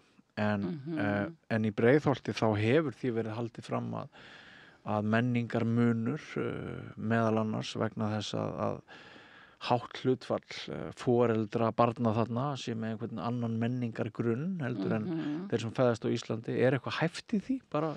Sko, þessi umræðum á alls ekki vera feimnismál. Nei. Og þetta sem sagt blandaður hópur, sem sagt bæði börn að erlendum uppruna og alíslensk börn. Já. Og mér langar að byrja að taka fram sko í minni kennslureynslu. Já. Þá hef ég afskaplega góða reynslu af því að vinna með fólki Íslendingum með erlenda bakgrunn. Já. Það er mjög metnaðarfullt fyrir hönd barnanna sinna, finnst mér oft sérstaklega eins og með heimanám og annað og svona villaðum vegni vel. Kannski meiri ægi stundum? Mér finnst það persónulega og jafnvel að fjölskylda sem meira saman helgar, ekki bara börnin sendi eitthvað. Jú. En við erum átt okkur að það bara í Reykjavík eru 25% sem sagt með erlendan bakgrunna íbúum og við höfum engan veginn staðið okkur í því að taka á móti fólki, hvorki með tungumál eða bara hreinlega að kenna samfélagið. Já. Og við höfum líka átt okkur að því að við getum verið með traumatiseruð börn sem eru flóttamannabörn og það er virkilega vandasamt og við höfum bara virkilega vanrækt, við erum að tala aukinn hóp innflytjenda alveg síðustu 25 árin og þetta kemur í bakið á okkur. Já. En þú svarar samt ekki beint spurningunni. Sem var sko kann að vera að menningarmunur skýri að einhverju leyti þann vanda sem er í Breiðholti? Já, það kann að vera. Það er ekki sem sagt eingöngu. Nei. Ekki alfarið. Nei. En það er að segja, ég svaraði þessar spurningu bara óbeint og læta gott heita. Já, einmitt. Sko, það er bara, manni líður stundum eins og það standi ekki steinn yfir steini og allt sé hrunnið. Og svo hittir maður kannski krakka frá skólum sem hafa verið mikið í umræðinni og þau nánast koma af fjöllum. Það er líka svona umhugsunarefni að því ég var að nefna það áðan, maður veit ekki alltaf hvenær er rétt að skrifa frétt og hvenær eitthvað er svona einkamál og hvenær er verið að draga ofstórar ályktanir á einhverju sko. Við erum náttúrulega að tala sko viðkvæmar verur sem að þarf að sýna sérstaka hvert er orðið? Aðgát, akkurat, takk. Og sko þú getur sagt okkur núna hvort vandamálin í Breiðholtsskóla séu svona 1 og 1 eða hvort þau eru bara yfirgnæfandi frá móti kvölds. Hvernig er staðan bara svona frá degi til dags? Já, staðan frá degi til dags eru að það eru prúð og glöð börn sem fara gangana. Það er raunveruleikin. Og það er mjög öflug gæsla, það er maður og mann. Sem sagt, ef það eru erfiðir einstaklingar sem sína erfiða hegðun, þá er maður settur á. Og þannig að það eru til fjármunir á tímabili var aukin gæsla sem sagt í Magtsal og þessi umræddur einstaklingar ég var í næstu kennslustofu og ég hef sagt þeim farðu í röð og þurrkað á borðinu eftir þig þannig að stemmingin sko annars hefur bara verið gífulega góð. Eru til peningar í kerfinu þegar upp kemur vandi til þess að kalla til auka starfsmann? Nei, sko stóri vandinn er sá að ef það kemur upp semst mikill vandi og hann er sko eins og ég sé það annarkvort er vandinn þroskafræðilegur og það er svona erfitt að bregðast við, það vantar úrræði, það vantar mannafla og það getur líka verið félagslegur sem sagt erfiðleikar. Það er fyrir ekki það annarkvort yfirleitt á ferðinni. Og það sem á skólinn, ef við erum að tala um skóla, ef við erum að tala um skólakerfið, ef við erum að tala um agaleysi, við erum að tala um ofbeldi, þá erum við svolítið að tala um 4 þætti. Við erum að tala um grunnskóla, hvað gerst innan veggjana, hvað getur gerst innan veggjana, hvernig stoðkerfið í kringum, ef eitthvað fer úrskeiðis, ef eitthvað er erfitt. Við erum að tala um samfélagið heild, hvernig er stemmingin, er mikil samkennd, mikil einstaklingshyggja og við erum að tala um hlutverk foreldra. Þetta er svona Þetta svona stóra sviðið. Já. En ég er búin að svara því að hvernig stemmingin í skólanum en við urðum náttúrulega að það er svona hnekkur á sjálfsmyndina fyrir börn sem annars voru kát, skilurðu, og fyrir starfsfólk þegar fréttaflutningu fer svona úr böndum. Já, og þér finnst hann hafi gert það? Já, hann hefur farið algjörlega úr böndum, já. Heldur en það er ekki verið að afneita samt vanda. Nei. Sko, hefur þið grunað að það sé í pólitískum tilgangi sem að sé að tala um einhverja herferð? Ég verð að viðurkenna að ég á persónulega svolítið erfitt með að setja mig í þau spor sem sagt að geta djöflast svona með þeim hætti sem hefur verið gert.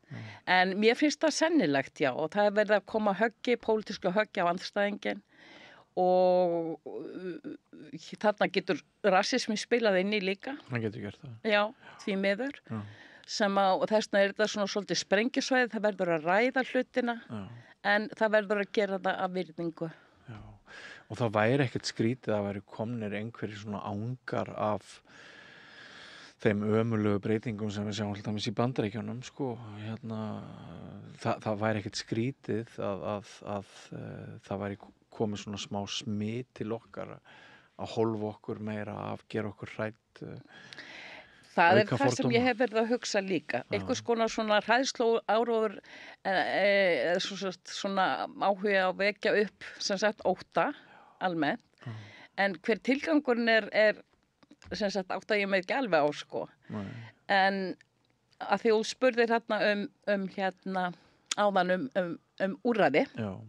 Og ég kom aðeins inn á það að í grunnskólum það er sem sagt sett á hérna skóli án aðgreiningar fyrir einhverjum 15-20 árum og hlutirnir þróast, skólarnir eru fluttir frá ríki til sveitafélaga fyrir bráðum 30 árum. Já. Og það er sem sagt grunnhugmyndin allir getur verið burt sér frá þroska eða bara einstaklingsmun í sínu hverfi og sótt sinn skóla. Já. Og með þessu átti að fylgja alls konar sérfræðingar inn í skólana. Já. Stóri gallinn og mínusin er sá að þeir komu aldrei inn, þetta var aldrei fullbúin aðgerð. Það vantaði alltaf fé. Já, það vantaði alltaf fé, það vantaði alltaf þessa sérfræðinga og einn kennari með 20, 25, 27 nemendur sem eru sem sagt bara geysilega miklum fjölbreytileika. Það segir sig eiginlega alveg sjálft og það sjá það allir að það getur ekki gengið án þess að þú þarft að koma því til þroskaþjálfara, þú þarft að koma til sérkennara, þú þarft stuðninginn í bekkinn og svo framvegis og úrræðin þegar að nálgast að vera vandamál eru langir biðlistar og það er nánast hvort það er hegðunaráðgjafi eða kennsluráðgjafi þá er bið. Sálfræði þjónusta fyrir börn, það er margra mánaða, jafnvel ársbið. Ef þú hefur verið greindur með tölumann og þroskavanda og þarft að komast svona í sér úrræði, þá er nokkuð sem heitir farskólar sem eða farteymi sem er svona ekki komið í gagnið og virkar ekki alveg og það er langur biðlisti sem sagt í brúarskóla, í sérúrræði. Þannig að það er bara mjög algengt að kennarar og skólastjórnendur, grunnskólinn, gengur á vegg þegar kemur úrræði. Það er náttúrulega afleitt, sko. Aðeins, fólk sem var aðeins eldra en ég, það upplifði tosabekkina og aðgreininguna sem var þá. Það voru góðir nemendur sér í bekkjum og svo bara raða niður. Við viljum náttúrulega ekki það. Og bestu nemendur fengi oft bestu kennarana. Einmitt. En við viljum náttúrulega heldur ekki skóla sem er bara kaos, sem ræður ekki við of fjölbreyttan nemendahóp og ég hef heyrt raddir frá mörgum nemendum á ólíkum stigum í grunnskólakerfinu. Margar samhljómaraddir það að tími kennaran sem fær í það sem við getum kallað vesen, það sé náttúrulega oft það mikill að tíminn til uppbyggingar og sem sagt raunverulega að hvetja og glæða þá sem að ég er ekkert að tala einhverja toppnefndur, heldur bara frá miðju eða eitthvað. Ég held að allir kennarar og grunnskólar þekki þennan eina bekk einhver staðar og við erum ekki að tala svona gegn og gangandi þennan eina bekk og þar sem að allt gengur á afturfótunum og það kannski 1-2 sem að bíða eftir greiningu eða það sem mikill félagslegu vandi eða eitthvað slíkt setja allt úr skorðum, bara svo maður tala hreinskilnislega, en það fjölmargt það sem að skiptir ofsalega miklu máli tækni kennarans. Það tækni hefur hann góða tímastjórnun, nær hann góður samband við börnin, hann með skýra reglur, það eru ótal hlutir að huga að í kennarastarfinu. Og ég get til dæmis bara nefnt það að í námi kennara ekki til námskeið sem heitir agastjórnun og kennarar eru lítið sem ekkert á gólfinu í sínu námi. Til viðbótar þá erum við með námið ætti að duga til þess að gera góðan kennara en svo það oft þannig að það bara árálung reynsla og að læra af öðrum og læra tæknina á námskeiðum og hér og þar og af ráðgjöfum að við erum með leikskólastigið skiptir náttúrulega líka máli. Það eru 4.000 manns sem að vantar til þess að manna þessi störf í þessum skólum. 1700, 1700 manns til þess að manna grunnskólana. Þannig að mikið rót, miklar hreyfingar og starfsfólki út og inn, ef þú nærði ekki kannski allavega 3 árum samfleitt með bekk svona til að kynnast börnunum og vita hvernig þau læra og allt þetta. Þetta spilar allt inn í líka. Já. En kannastu ekki við að margir kennarar upplifið það sem svo að þeir séu í rústabjörgun í hverjum tíma og fá þá ekki rými til þess að gera það sem kennsla ætti að snúast um. Sem betur fyrir ekki margir. Ekki margir. Nei, en 1 bekkur of mikið. Reynslan sýnir það. Ég meina það nú sem betur fyrir oftast gripið inn í, sem sagt, fyrr.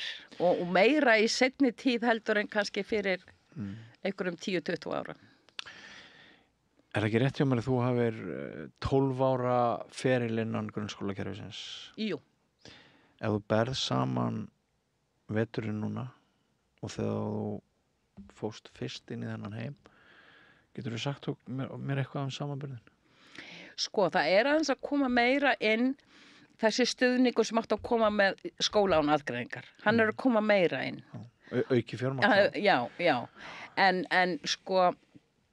ég reyndar með svona dúllur í rjómalogni en fólki í kringum mig kannski með 40-20 ára reynslu þá talaði að ægin hafi hegðun barna almennt hafi versnað eins og munnsöfnuður og annað alltaf því fyrir 20 árum síðan að það hafi byrjað að versna og bara virkilega versna mikið síðustu árin hvernig talaði við kennaran og ég hef heyrt líka bara býsna ung börn sem að ber ekki einu sinni virðingu fyrir lögregluþjónum heldur bara rífa kjaft Þetta hefur aukist verulega heyri ég. Já, og stundum heyri maður að þetta hafi gerst vegna þess að orðræða foreldran og heimilunum hafi kannski gefið góð á breytta hegðun.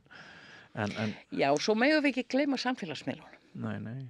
Og TikTok, Instagram eða hvað það sem þau eru að nota og ofbeldi náttúrulega það náttúrulega mikið til líka lært það sem þú sérð og það erfitt að greina hvers vegna hvað kemur upp á hverjum tíma en almennt agaleysi í þjóðfélaginu náttúrulega geysilega mikið og ægi svo margt, ægi náttúrulega ofsalega mikið samskipti, umhyggja, samræður og það hefur mjög mikið leitað á huga minn undanfarið mikilvægi góðra gilda og að ræða við og það eitt tæki til dæmis sem hægt að nota innan skólana og ég velti líka fyrir mig hvort að foreldrar að nota mikið. Það að kenna góð gildi frá upphæfi og líka með því að rækta þau Og ég held að sé bara eitt af mikilvægast og þetta þarf að byrja strax í leikskólum. Já. Það alveg hægt að greina í leikskólum strax hvort að krakki er líklegu til að vera búlja eða ekki. Og það að vinna með samkennd og slíkt. Vorum við ekki með þessa umræðu, sko, umræðum dygðir og gildi inn í til dæmis bara kristinfræðinni fyrir mörgum áratugum?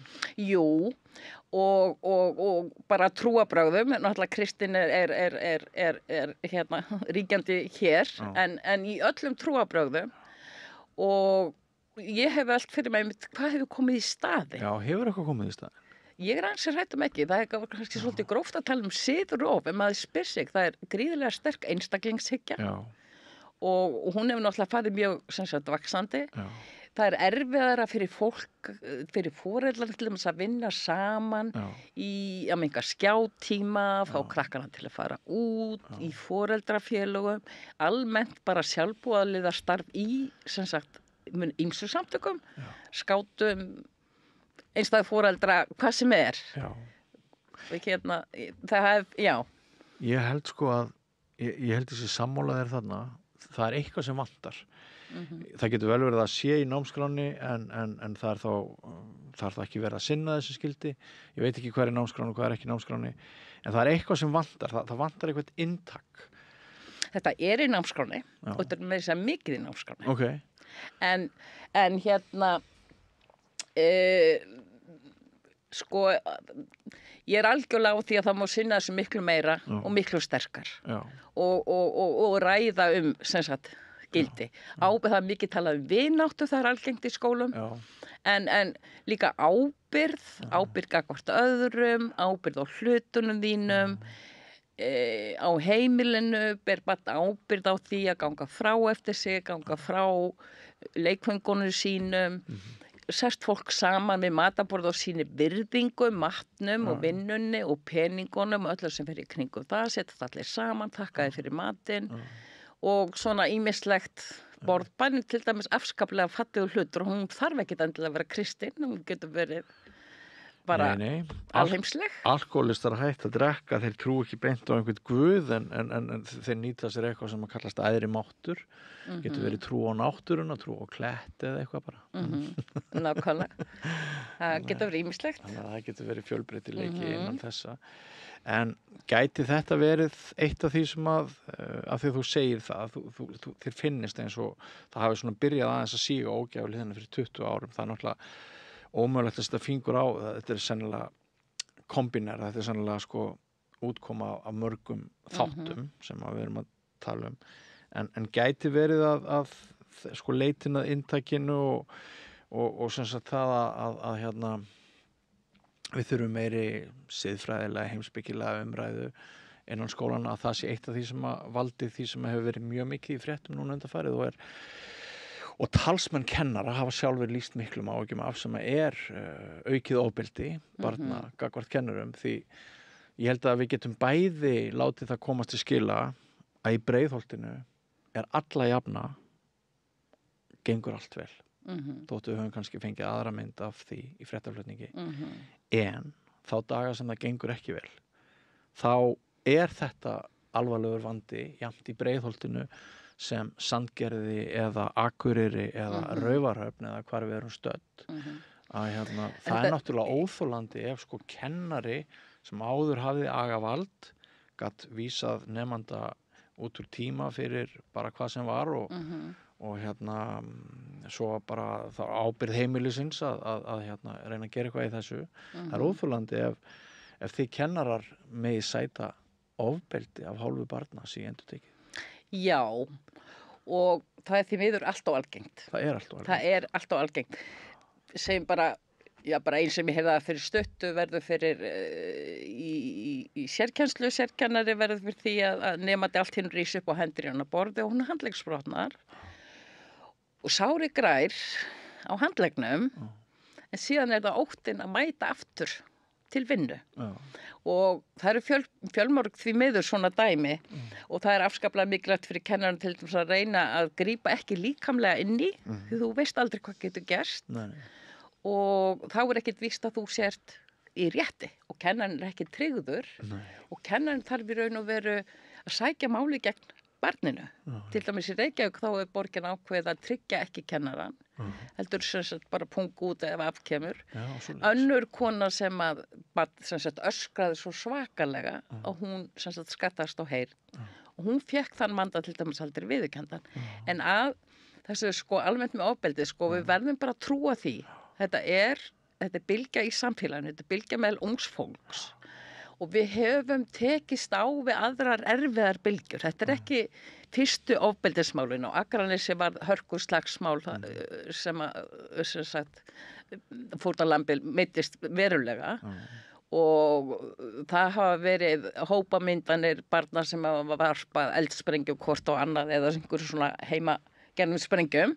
Nú erum við að glíma við ofbeldið og við réðum við til dæmis svakalega drykkju ungmenna undir síðustu aldamót og þá voru til staðan okkur sem hét útideildin minnum að hafa heitið og það voru sem sagt bara fagfólk sem fór hverfin sem að reyndi að komast að því hvar hópamyndin var hverju sinni, var með opið hús í Tryggvagötu, elti upp þessa börn, þetta var alveg starf sem í 20 ár, okkur tókst að vinna á því vandamáli. Ótrúlegur árangur sem hefur náðust. Þannig að þú ert að hvetja okkur til þess að blása til samfélags átaks, bæði foreldrar og kennarar og alla stofnanir samfélagsins núna gegn ofbeldi í skólum. Og ég finn það alveg í Breiðholtinu að foreldrar eru að þjappa sér saman og ræða meira saman og svona, vilja náttúrulega sínu hverfi vel og þar er byrjað foreldraröld. Já. Sem ekki var fyrir þennan fréttaflutning eða? Sko það er misjafnt eftir hverfum og það var ekki hjá okkur fyrir þennan fréttaflutning. Það var geysilega öflugt þarna síðustu aldamót, þá var það bara orðið almennt og síðan datt það niður. Og eins og segi þessi samtakamáttur, kannski hugsunin, mitt barn er ekki að gera neitt að sér, ég nenni ekki út eða eitthvað svona. Hann hefur honum hefur dalað svo mikið en þetta er svona aðeins að koma upp og svo veit ég til dæmis að reyndar í Seljakverfinu þá verður alltaf verið foreldraröld á kvöldin sko. Já, en er aukinn svona samtakamáttur í Breiðholtinu allavega einhverjum hverfum eftir hennar fréttaflutning sem hefur verið undanfarið? Hefur fólk snúið bókum saman? Eða hefur þetta brotið niður bjargir íbúana? Þetta er nú frekar þjappað saman. Já. Þetta við frekar þjappað saman, en ég er náttúrulega ekki íbúið þarna og bara svona meira innan veggja skólans og annað eru fréttir. En þannig ég get svo sem ekki fullist það, en svo eru úrræði eins og samfélagslögreglan eða úrræði ekki úrræði, það er náttúrulega svakalega undirmannun í lögreglunni, þannig að þau eru mjög erfitt með að fylgja þessum hópum eftir. Það er til eitthvað sem heitir flotinn sem að tengist félagsmiðstöðunum sem er ætlað að vera út á vettvangi, en þetta eru 2 úrræði sem eru algjörlega gjörsamlega undirmönnuð og fjársvelt og þannig að það vantar eitthvað meira.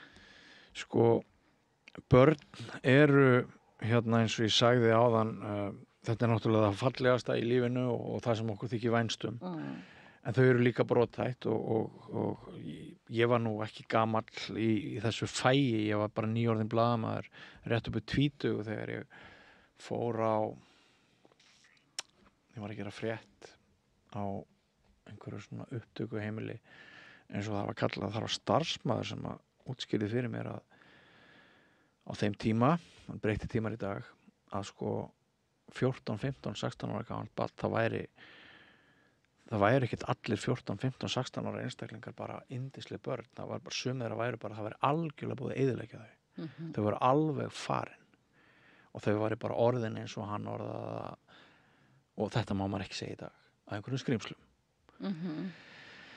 Og þetta mætti engin starfsmaður, opinber starfsmaður leyfa sér að segja í dag, en þetta mátti þá. Og sko mér finnst þessi umræða, hún dansar svolítið á, maður veit ekki alveg hvað mann á að finnast vegna þess að sko, ég held við trúum í langt flest að við fæðumst góð ef allt er í lagi og það þarf einhvers konar áföll til þess að rekja okkur út í myrkrið, ég held við trúum því flest. En sko getum við bæði trúa því að börn séu það besta í lífinu og gert allt sem við getum fyrir þau, en líka litið það alvarlegri augum þegar börn eru komin á svo vondan stað að þau halda bara áfram að skaða önnur börn. Hefur þér sýnst það af þínum kennsluferli að í einhverjum tilvikum séu hreinlega að við veigurum okkur of til þess að ég er alveg sammála því að við erum góð innst inni, öll sömul. Og hérna, það er ýmislegt sem að kvelur. Það er nú talað að siðblind fólk séu kannski svona 2%, en það er hægt að vinna með það. Já. En hérna, það eru miklar kvalir og það þarf mikið að ganga á til þess að þú verðir vondur. Já.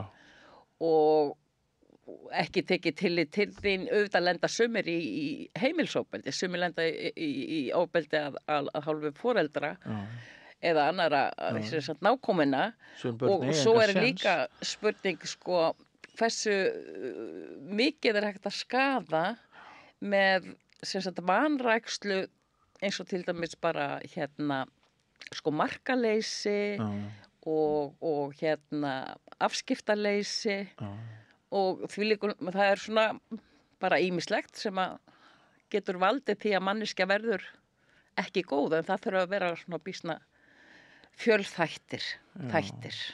Það sem liggur á bak við þess að mjög svo brothættu erfiðu spurningu sem maður hefur kannski engan rétt á að færa í orð. Kannski er fólk að horfa á mig núna sem er alveg mjög reitt við mig að vera ræðið á þessum nótum. En það sem að liggur undir, það er að sko, einhvers staðar vill maður að börn sem endurtekið lenda fyrir ofbeldi annarra barna, að þau eigi sér kannski líka málsvara. Því það hafa alltaf verið mál krakka sem að virðast ekki komast út úr húsi, það er setið þau. Og þá velti maður því fyrir sér sko, hvort Það er náttúrulega hörmulegt, og það er svona bara svipa því að lenda í einelti, eitt einelti, ótti eins barns við annað barn eða hópbarna er náttúrulega með því verra sem þau lenda í. Þetta eru jafnaldrar og þau spegla sig í þeim. Og sko svona almennt hef ég nú trú á því að þetta hafi skánað. Það hefur orðið það mikil umræða til dæmis einelti og eins og ég segja, eitt mál er of mikið. En flestir skólar til dæmis eru með eineltisteymi. Þannig að ef að foreldri eða kennari eða hver sem bendir, oftast er það foreldri eða einhver starfsmaður. Ég held að þessi sé að verða fyrir einelti að hendi einhvers hóps, eins eða fleiri, að þá er gripið inn í, og það er teymið, það er námsráðgjafi, það er dillastjóri eða einhverju slíkir, og þá er alveg sett á sko maður á mann á gerandan til að fylgjast með.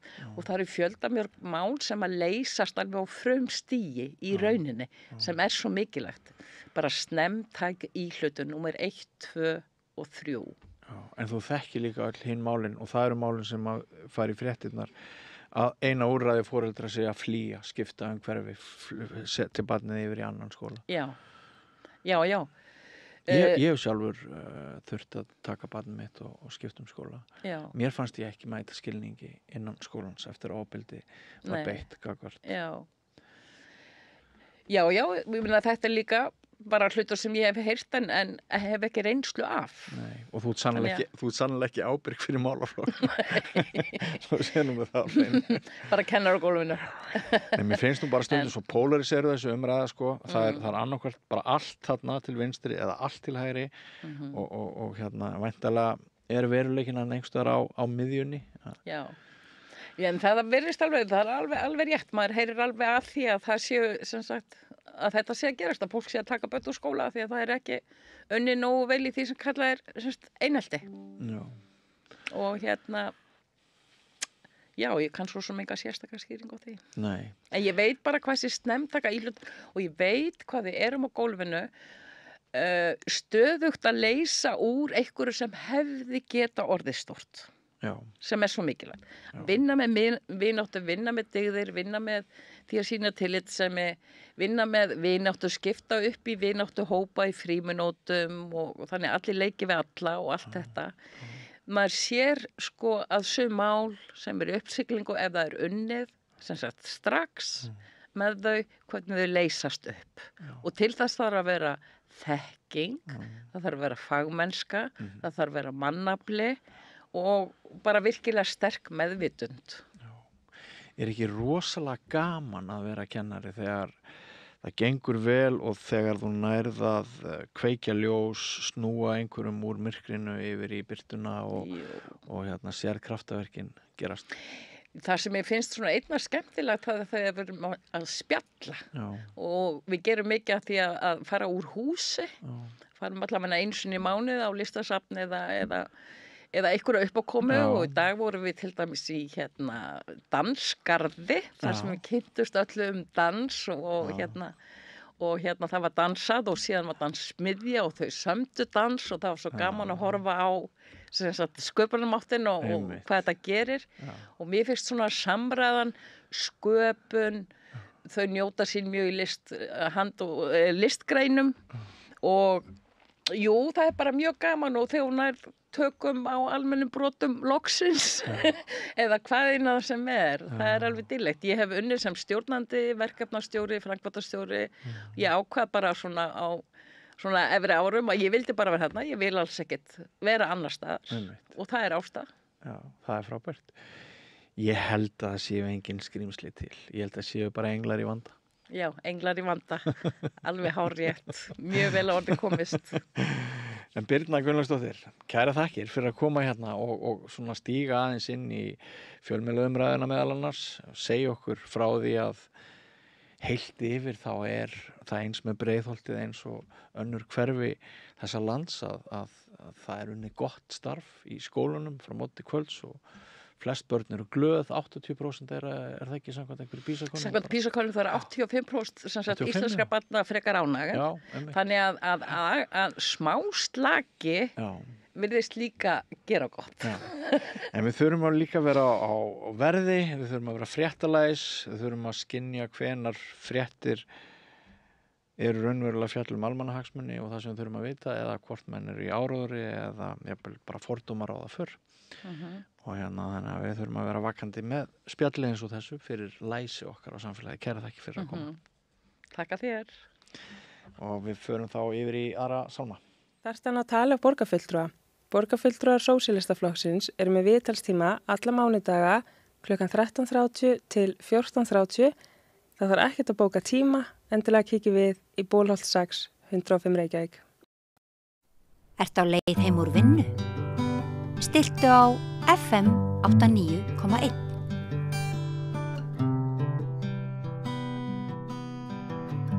Komið sæl og verið velkomin að Rauðaborðinu í tungumálaspjall og ýmislegt sem tengist tungumálinu. Ég heiti Oddný Eir og á línunni hjá mér á Ísafirði er engin annar en Ólafur Guðsteinn Kristjánsson, íslenskukennari við Háskóla Íslands og áhugamaður tungumálalega fjölbreytni og framgang íslenskunar. Hann kom í spjall til okkar daginn, það spjall eiginlega bara titilinn, hvað var það aftur Ólafur, var það bara drullastu til að tala fokking íslensku? Eitthvað blótsýrið, tala fokking íslensku eða eitthvað slíkt, held ég að það hafi verið. Þetta yfirskriftir hafi verið svona skáldið pönguð. Já, af því þú ert búin að vera svona svolítið harður eða einarður segjum í því að hvetja Íslendinga íslensku mælandi til þess að nota tungumálið og gefa fólki sem er að læra íslensku séns á að nýta sér íslenskuna en ekki bara alltaf svissi yfir í ensku.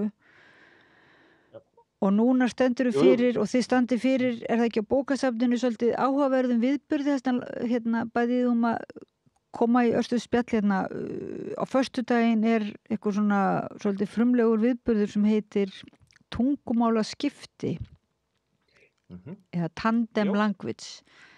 Getur þú sagt mér aðeins bara frá þessu konsepti og þessu plani? Endilega. Takk fyrir góða kynningu. Þannig að það gott að vita til þess að manni sé ekki alls varnað.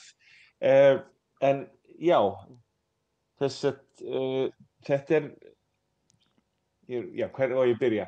Ég komst í tæri við þetta á sínum tíma þegar ég bjó í Þýskalandi. Þetta heitir þess tandem og þá leitar maður sér að félaga til þess að æfa í því tilfelli auðvitað í Þýskalandi eðlumálsins samkvæmt þýsku og maður býður sitt móðurmál á móti, sem sagt íslensku. Þannig að þá var það þannig að ég var í samskiptum við fólk í Humboldt-háskóla í Berlín og einhverjir þar voru sem sagt að leggja stund á íslensku og þá gengu og vildu æfa sig að tala íslensku og þannig gengu skiptin fyrir sig. Að við hittumst, það var töluð þýska og það var töluð íslenska, en oftlega þannig að það var þá skipt niður hálftími íslenska, hálftími þýska, eða þá eitt skipti íslenska og eitt skipti þýska, hvernig sem var spilað úr því. Þannig að hugmyndin sem slík auðvitað ekki nýja nálinni, en það kannski svona dálítið nýtt að nálinni að standa að þess. Ég veit það ekki, það hefur hugsanlega verið staðið einhverju áþekku annar staðar á landinu. En þetta ásæðist að ganga þannig fyrir sig að við fengum bókasafnið í lið með okkur. Það hún Róberta sem þar ötull liðsmaður eiginlega alls sem ég stend að og við fengum bókasafnið til þess að hýsa viðburðinn. En reyndar áður en ég fekk bókasafnið til liðs við okkur þá hafði ég samband við Nötju sem kennir frönsku ásamt fleiru í menntaskólanum á Ísafirði til þess að athuga hvort það væri þá ekki einhverjir nemendur hennar sem myndu vilja æfa sig í frönsku og þar á undan hafði nemandi minn, José Omar, haft samband við mig til þess að athuga hvort ég geti hugsanlega veitt honum eitthvað ráðgjöf, hvort hann ætti að halda áfram að læra íslensku við háskólann, fara í BA-nám eða hvert ég veitt honum liðsinni í því að finna eitthvað sem hann getur æft með að tala íslensku. Og þannig þá var ég minnugur þess að fyrir að verða komið 3 árum þá gerðum við tilraun hérna í Háskólasetri Vestfjarða með að standa fyrir áþekku kvöldi. Þannig að við boðuðum fólk hingað að koma og skrá sig til þess að skrá kannski tungumálið og hvaða tungumál það býður og hvaða tungumál það vill læra. Og vel að merkja þetta ekki íslensku átak per se, að því að okkur stendur á sama hvaða tungumál fólk býður. Íslenska verður ekkit endilega verið í spilinu. Þannig að þú getur verið á Frakklandi og vilt æfa þýsku þess vegna. Það skiptir engu máli. Hvert var ég að fara með þetta? Jú, ég var í Háskólasetri Vestfjarða, en sá viðburður misheppnaðist illillega því að það mætti bara einn. Þannig að það misfórst og síðan þá hef ég bara haft nóg að gera við að skipuleggja aðra viðburði en alltént þá var bara komin tími til þess að láta slag standa og prófa þetta á nýjan leik og við erum búin að auglýsa þetta engum á Facebook en ég þykist nú vita að ég rölti eitthvað bæinn og hengi upp eitthvað plakkött og hengi upp á bókasafninu og ámálgaði þetta við fólk sem ég þekki til þess að fá sem flesta til þess að mæta. Áherslan á spænsku og frönsku að þessu sinni, en auðvitað öllum velkomið að koma, skrá mál sitt og skrá það mál sem þau hafa bjóð upp á og hvað það mál sem þau vilja æfa sig á. Það rauninni, já, þannig á þetta ganga fyrir sig. En það þannig þá, þú bara mætir á bókasafnið og skráir þar niður, þú veist, þannig að það yfirlega bara ef ég vil gjarnan æfa mig í ungversku að þá skrá ég þar, þá kannski svolítið ólíklegt að mæti einhver, ef ég vil gjarnan æfa mig í ungversku að býð upp á íslensku segjum, eða þetta fyrirfram? Þá myndi ég bara hugsanlega reyna að para fólk, reyna að finna einhvern sem hefur ungverska móðurmáli, vill læra íslensku og ég mun þá gera mitt besta til þess að para fólk. Þetta eru eiginlega, það var ráðist í þetta af talsvert mikilli hvatvísi, þannig að ég ætla bara að hugsa þetta eftir því sem að verkinu fram vindur, en í grunnhugmyndinni svo að ef það kemur þarna fólk með, sem vill læra ungversku, býður íslenskuna, það enginn frá Ungverjalandi, þá búum við bara til einhvern lista, kannski bara Excel-skjal á netinu eða einhvern lista þar sem fólk getur skráð sig og parað sig, sett nafn, tungumál sem það býður upp á, tungumál sem það læra, netfang og þar fram eftir götunum. Ég þarf í rauninu bara að útfæra þetta, en í mínum huga fyrsta skrefið að hitta gott fólk sem hefur áhuga á að brjóta niður þann Babelsturn sem enskar að skapa og reisa smá turna úr rústunum með önnur tungumál af vopni. Já, þú ert svona Babelsturna rústari, það er svona þín mission. Ég bara mótið í hversu enskan dóminarandi. Já, þú útskýrið það nú vel fyrir okkur í spjallunum sem var sérlega áhugavert bara eiginlega, og þessi raunveruleiki að hvað fólk sem að vill læra íslensku á miklum erfiðleikum með að fá tækifæri til þess að æfa sig. Já, og bara fá hvatan og pressuna. Ég sé það ég verð þess áskynja, ekki oft, ekki alltaf, en að fólk kann að meta oft mína afstöðu til málsins, að ég neita að gefa afslátt af því að tala íslensku, að ég bara kategórist neita því.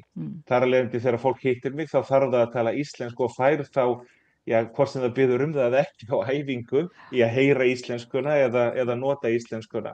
Og það kemur fyrir að fólk þakka mér fyrir þessa hörðu afstöðu. En þetta mjög eiginlega, þetta var þörf hugvekja held ég fyrir mörg að ég á vinkonum sem að ég bara óvart einmitt fór að svissa yfir í ensku að því að þannig hófust okkar kynni, en núna tala hún ljómandi góð íslensku og ég být mig í tunguna í hvert skipti verða bara, maður má alls ekki svissa yfir í enskuna. En mér dætti eitt í hug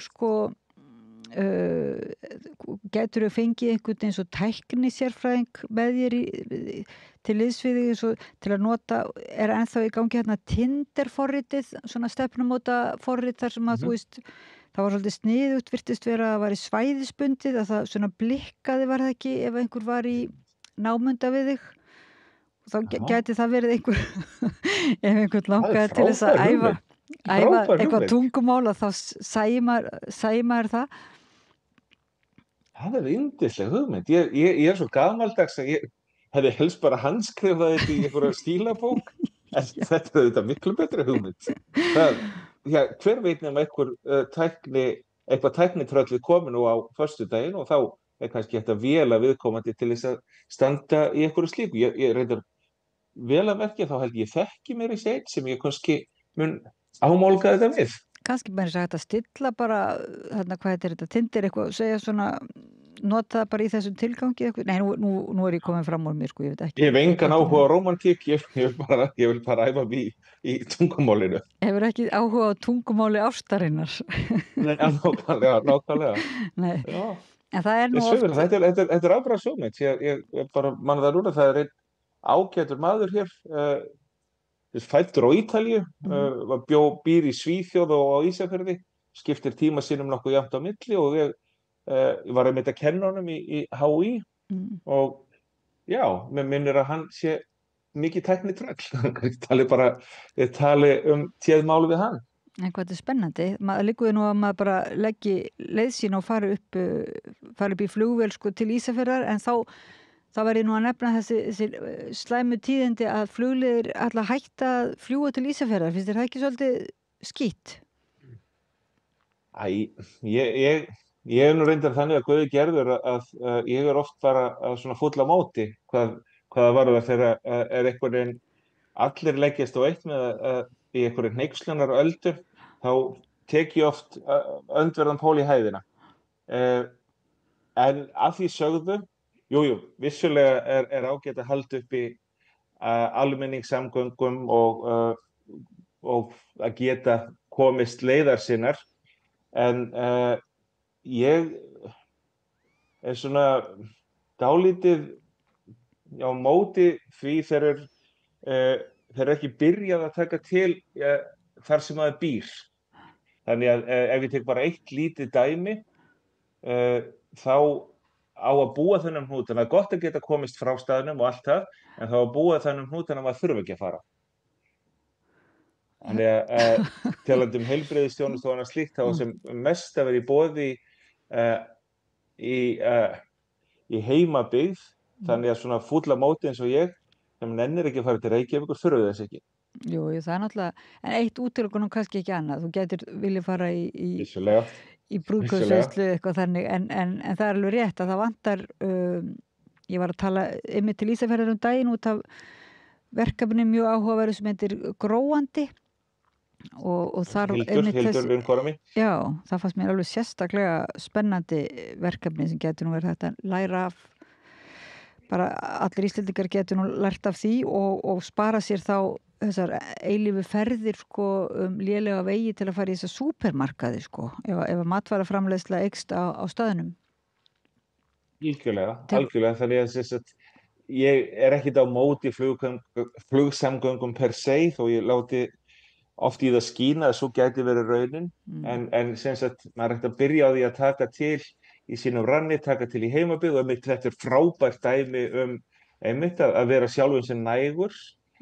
Þannig að spurningin á ekki vera svo að hvort að maður verði að komast að eitthvað, lífið líki við eins og með heilbrigðisþjónustuna jafnvel, og það þekki ég meira sér af, það þekki ég frá fyrstu hendi, skulum orða það þannig, að þegar fólk þarf að neyðist til þess að fljúga suður eða sækja heilbrigðisþjónustu suður, verja þar miklum tíma sem það myndi helst ekki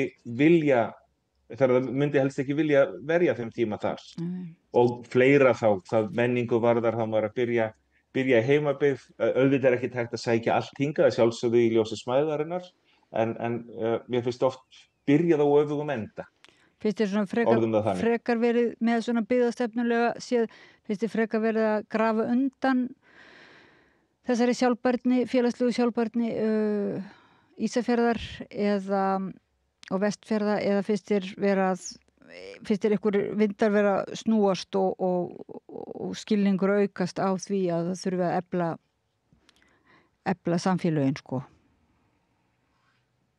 Ég skal játa, ég hef ekki ristinu kannski ekki svo roðalega djúpt hvernig ég hugsaði það, en allir þetta sé ekki bara beggja bland, það er náttúrulega verið að reyna að tryggja atvinnuöryggi á landsbyggðinni sem á að vera þess valdandi að fólk þurfi síður að sækja suður. Það er hér á Ísafirði náttúrulega verið að efla menntun, til dæmis með Háskólasetri Vestfjarða, og Vestfjarðastofa vinnur ötulstarf, þannig að auðvitað er verið að vinna starfi frá veru, og þannig að ég kannski stundum dálítið að mála skrattan á vegginn. En fyrst ég nú með þig á línunni svona, þú ert svona eins og fréttarittari þarna, það er þessi áhugaverði viðburður tungumálaskipti á föstudaginn og fólk getur leitað til þín, en var ekki svolítið áhugaverð bókmenntahátíð núna bara daginn, sem að ég sá að þú auglýstir og stóðstu eitthvað að henni eða fórstu þangað, getur eitthvað aðeins sagt? Ég stóð ekkert að henni, ekki nema hvaða ég bauð fram krafta mína til Helen Hafgný Kófa, hún breytti nýverið nafni sínu. Þess að ég sá að hún var að auglýsa eftir fólki og mér fannst þetta svo stórkostlegt að ég skrifaði henni hæl og sagði ef þú getur nýtt mig í eitthvað þá skal ég ekki liggja á liðinu mínu, þannig að ef þú notaðu mig í eitthvað, og þannig hún fékk mig í að vera kynni fyrir einn viðburð, ég var bara bóðið fólk velkomið, en ég var nú ekki að stýra neinum umræðum en eitt slíkt, og síðan fékk hún mig til þess að lesa hluta af bók sem að Karíbía útgáfan hennar og Sigurðar manns hennar mun gefa út á þessu ári, og það var ófagmælega lesið upp auðvitað, því ég er ekki fagmaður ég er ekki mjög hæfur í faginu að lesa upp, en einhvað síður það var þetta tekið upp, það var bara alls konar fólk frá Flateyri og Ísafirði sem tók upp, og síðan var þetta spilað á lúppu í bíl sem fékk heitið Mjallbíllinn. Einstaklega flott og vel heppnuð hátíð í alla staði, og eiga þau alveg hjartans þakkir skildar fyrir að hafa staðið þessari hátíð. Já, það var alveg fjöldinn allur á ljóðskáldum ekki sem kom á þessu bókmenntahátíð á Flateyri? Jú, þannig að það séð, við höfðatölu, þá var bara heilmikið af fólki sem kom og virkilega áhugaverðir höfundar, frábærar uppákomur. Það er nú sjaldnast, ég er nú ekkert voðalega hrifnaður, en með það setja bara virkilega fallegt og vel að þessu staði. Þó að stundum er það nú bara alveg við allar bókmenntahátíðir, það vantar smá svona Guðberg í þetta til þess að pönkast í institútinu. Þetta eru allir svona dálítið prumpandi glimmer og allir svona halleluja kór að vera að tala. Það eru allir samfærðir ágæti þess, en að því sögðu þá var þetta bara virkilega flott og þarna var ég svo heppinn að kynnast til að mynda ljóðskáldi sem ég þekkti ekki áður, Elías Knörr, algjör snilld, algjört rugl en alveg frábært rugl. Þannig að ég er mjög upprifinn af þessari hátíð. Já, en gaman. Og svo er búin að vera opnin í Úthverfu, það er gallerí á Ísafirði sem heitir Úthverfa, er það ekki? Jú, mikil ósköp. Og er opnunin yfir staðinn sem er þar, er ekki sýning þar sem þú tekur eitthvað þátt í eða hvað? Sko, nei, ef þú ert að vísa í Faðir og sonur Kaksaka viðburðinn, nei, sá viðburður verður 17. apríl. Ég kem nú ekki að því að öðru leyti en því að vera með milligöngu, þannig ég talaði það við Elísabet. Það er Elísabet sem rekur galleríið, þannig að ég sagði henni að ég þekkti hérna ágætan listamann sem gengur undir nafninu Kaksaka og hann hefði furðulega tónlist sem hann geti borið á borð fyrir gesti Úthverfu og hún tók vel í hugmyndina og þannig að stórvarð að hann mun tróða upp 17. apríl í Úthverfu. Mér minnir að það sé klukkan 8 og ég hef bara svona, það er einhvern mín milliganga í hvað þetta varðar og síðan kannski við nú eitthvað hjálpa við að hengja upp einhver plögg og auglýsa viðburðin að sjálfsögðu fyrir, enda er Kaksaka góðu vinur minn líka. Betur þekktur kannski undir nafni Friðrik Atlason. Já, betur þekktur.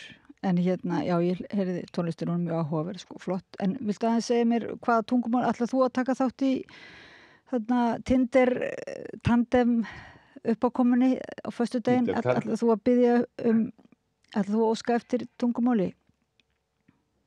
Já, allir ég myndi þá ekki bara biðja eitthvað sem hefur króatísku eða serbnesku móðurmáli, þannig til það æfa mig frekar í því máli. Af því að það er eðli málsins samkvæmt heima við þá verður orðaforðinn dálítið einhæfur þegar maður er að tala að koma börnunum í skólan og hvað á elda og þar fram í göttunum. Þannig það er kannski ágætt að kúpla sig aðeins frá því. Ég hef náttúrulega aðgengi að króatísku heima við en það er svona kannski ekki alveg hnitmiðuð æfing og hún ætti að vera. Það er erfitt að setja sig einhvern veginn í stellingar. Kannski getur þú bara beðið konunniðinum að mæta allavega bókasafnið, ef þú finnur einhvern annan þá kannski getur prófa bara að tala um eitthvað annað heldur en barnapössin. Finna barnapössin og sem hittust og skiptust málum.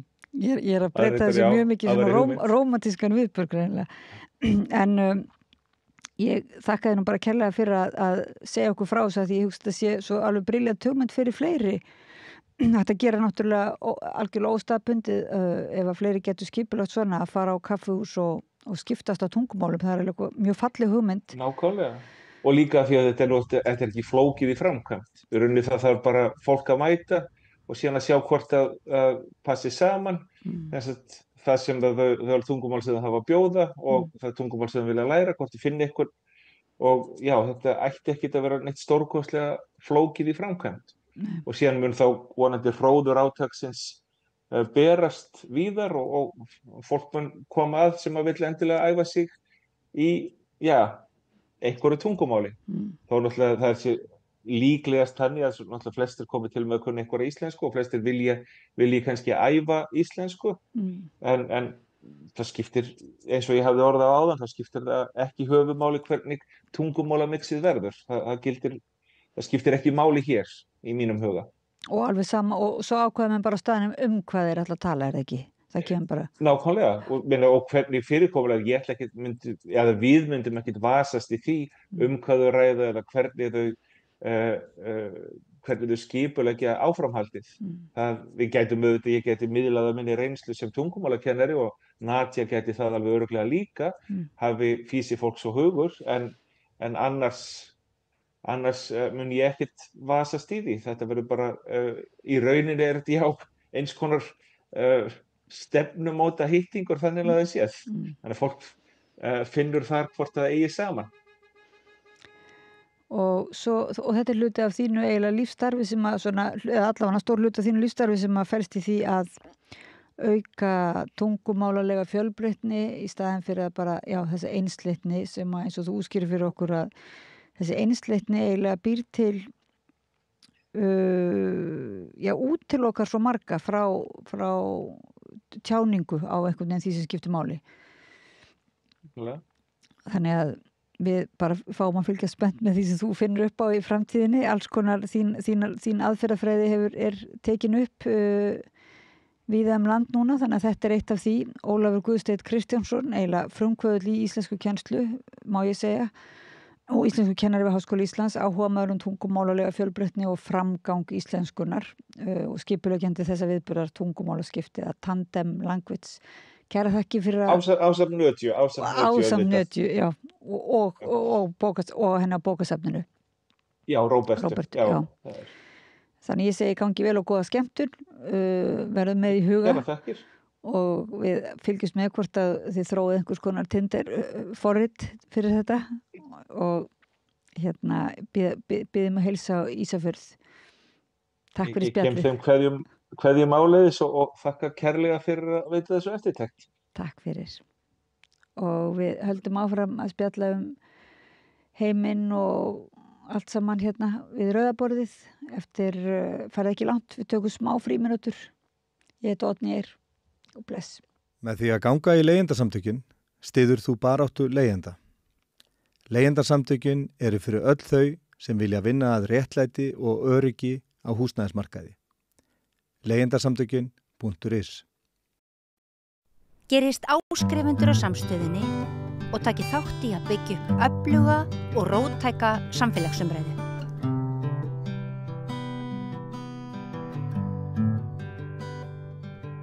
Já, við ætlum að grípa tækifærið og tala kristni og íslam á Íslandi og ástæðan svo að það var svona málþing daginn og ég fengið fólk sem að stóða því.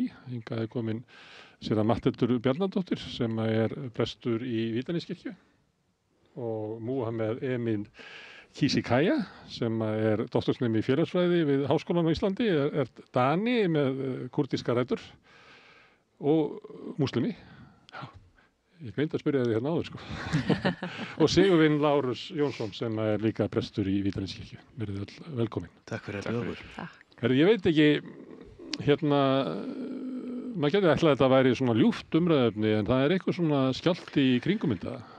Þetta er svona átök á Vesturlöndum í kringum þessa sambúð, þessara trúarbragða. Já.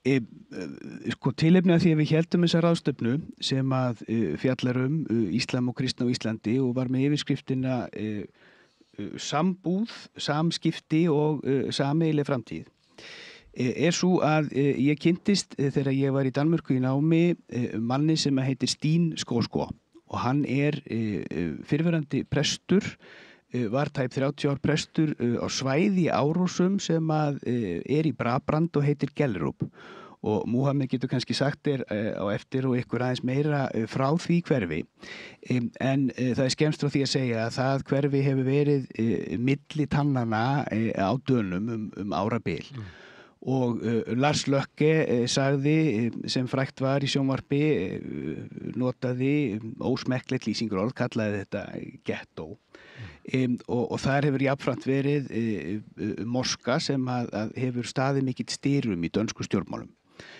og Stín er þarna sóknarprestur árabil og upplifir eiginlega þá breytingu sem að verður á þessu svæði þegar að þetta svæði breytist úr svæði þar sem að er fyrst og fremst iðnaðarmenn og verkamenn Danir yfir í það að vera meiri hluta útlendingar sem búa þarna mikið til Palestínu, Arabar og Sómalir og fleiri Og í dag það gæti verið saga Fellakryfsins en ekki alveg sambærileg, það ekki alveg samskonar fólk, en það gamalt svona verkamannahverfi sem er núna orðið stóru leyti innflytjendur sem búa þar. Akkurat, og umræðan að einhverju leyti svipar til í Danmörku þó að sjálfsögðu ekki með sama hætti.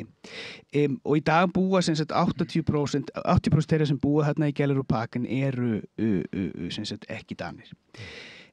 Og Stín bara góður maður og góður prestur og hann notaði sinn starfsferil sem prestur í það að opna á samtal við múslima sem að flytja til Danmörkur, rak árabil fræðslusetur íslam og kristni og hefur skrifað marga bækur.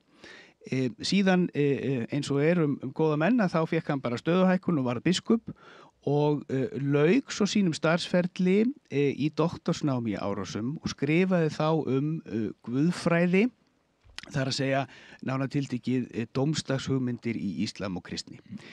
Og núna komin á eftirlaun og var svo gjafmildur að koma og gefa tíma sínum og það sem vakti fyrir okkur Matthildi og í Vítalinskirkju var þetta að bara fá reynslu utan úr Evrópu það hvernig kirkjan getur gert gagn í þeim aðstæðum sem við erum í núna að á mjög skömmum tíma hefur samfélagsgerðin okkar breyst. Við erum að nálgast 20% þeirra sem hér búa sem eru ekki fæddir á Íslandi. Og við þurfum sem kirkja að takast á við það af eins mikilli fegurð og hægt er. Og þessna buðu honum hingað og þessi erindi að þau eru sýnilega á YouTube og Facebook og mikil reynsla sem að hann miðlar. En síðan höfum við í kirkjunni unnið árabil með vinum okkar í Horizon frá 2014 þegar ég var prestur í Neskirkju að þá höfum við Múhameð og þau sem eru í þessum félagskap Horizon unnið saman og unnið mörg verkefni saman. Já. Segðu okkur kannski aðeins frá Horizon og hvað Horizon er. Nú ég orðin þáttastjórnandi. Já, ég bara byrja að afsakna, ég tala svona 5 tungumáli, þetta fyrsta skipti, ég tala íslensku fyrir framan svona sjónvarp, svo það Það er nú bara döðu hlutir, þú ert eiginlega bara að segja mér. Já, ef ég með svona erfiða orð sem ég get ekki útskrift á íslensku, haldi ég bara áfram á íslensku. Hér hinga fólk sem tala mjög brotna íslensku og við tennum það vera bara hluti að því halda út í umræðu að við heyrum líka íslensku tala með öðrum heldur en norrlenskum hreim. Já. En jó, ég og nokkra vinnum mínum, við stopnast Horizon í 2013 og þetta ett félag, svona NGO-félag sem að vinna með svona dialog milli trúa og menning, að það er svo mikilvægt sérstaklega í dag að við getum setja saman og tala saman. Við þurfum ekki að vera sammála, en það er svona gott að hafa svona innblikk í öðrur menningar, hvernig fólk að lífa og hvernig fólk að vera í samfélagi. Så vi stopnade það í 2013 og svo búin að vinna með svona fleira verkefni, sérstaklega með Sigurvin, árlega erum búin að vinna saman og svo erum búin að skrifa nokkrar rannisverkefni Scandinavian Identity og já, við byrjuðum með að vera 3-4 sjálfboðaliðir í Horizon. Núna erum við með svona rúmlega 15-20 sem að vinna með okkar þegar í sjálfboðaliðir verkefni. Og svo erum við að vinna svona mikið með svona mentoring programs að hjálpa unga fólk sem ekki íslendingar í inngilding, að þeir að læra hvernig það er að vera í samfélagi og hvað mikilvægt það að hafa menntun í Íslandi. Svo við erum búin að vinna svona mikið með inngilding og þá fyrst og fremst með krökkum sem að koma frá íslenskum heimilum eða? Já, jú. Eða hvað sem í... Nei, það svona fleiri sem kemur frá svona Tyrklandi og svona arabísku löndu. Svo Horizon búin að vinna sem ráðgjafa fyrir Reykjavíkurborg líka og við erum búin að vinna með lögreglan líka. Svo við erum svolítið fá, en við erum prófa að gera það sem best, að það að vinna saman með öðru fólk sem til dæmis milli kristintrúa og múslíma og svona. Þau trú á samtalinu. Já, og það heitir bara interreligious dialogue. Já. Hvað er búin að vera hérna lengi á Íslandi? Ég kem í 2013, það var september 2013, það var búin að vera 11-12 ár. Já. En ég faktisk í Danmörku. Já, og þar umræðan Íslam, sambúð Íslam við Danmörku búið að vera heitt pólitísk kartafla, líklega bara frá því þú manst eftir þér. Já, í Danmörku.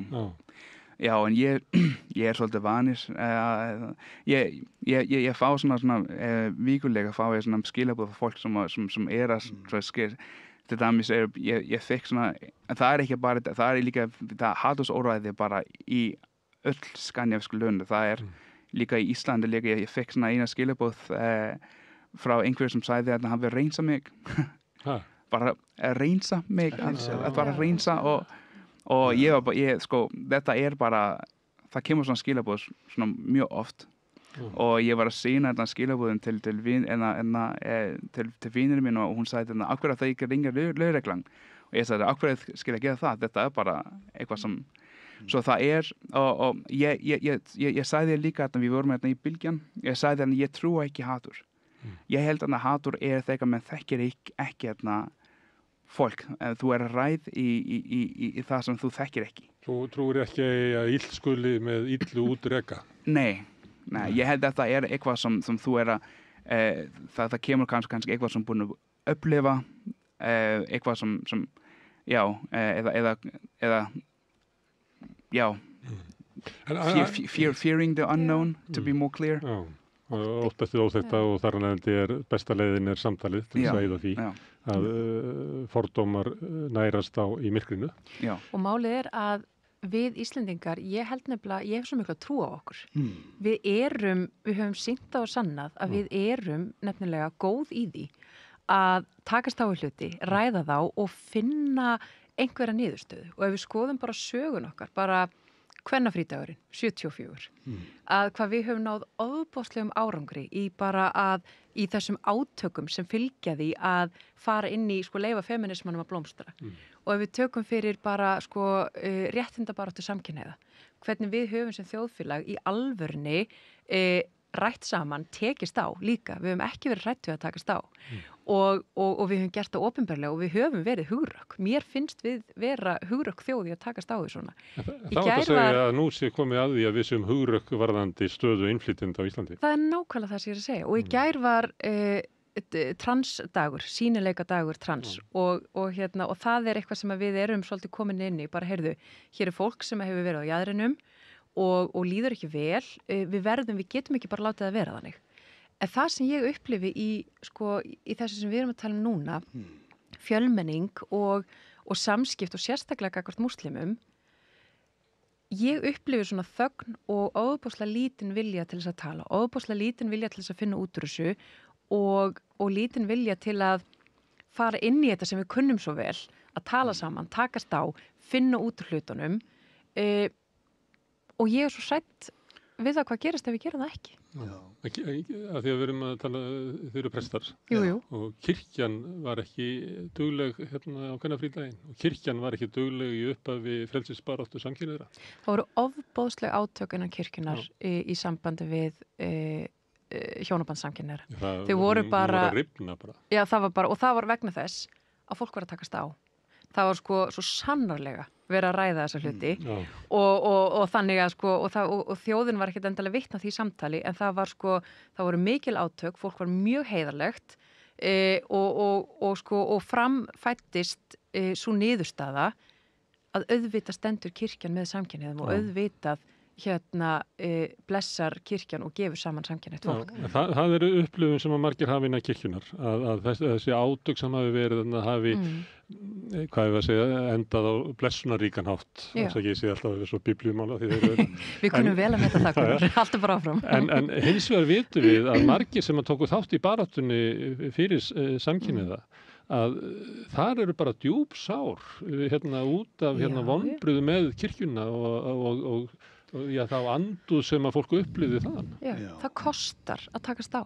og það er ekki einfalt og það að taka þá afstöðu, heyrðu, ég ætla ekki að þegja og ég ætla ekki að beita ofbeldi, ég ætla að sko standa í þeirri kristnu hefð sem er bara svona non-violence hugrekki, það kostar. Já.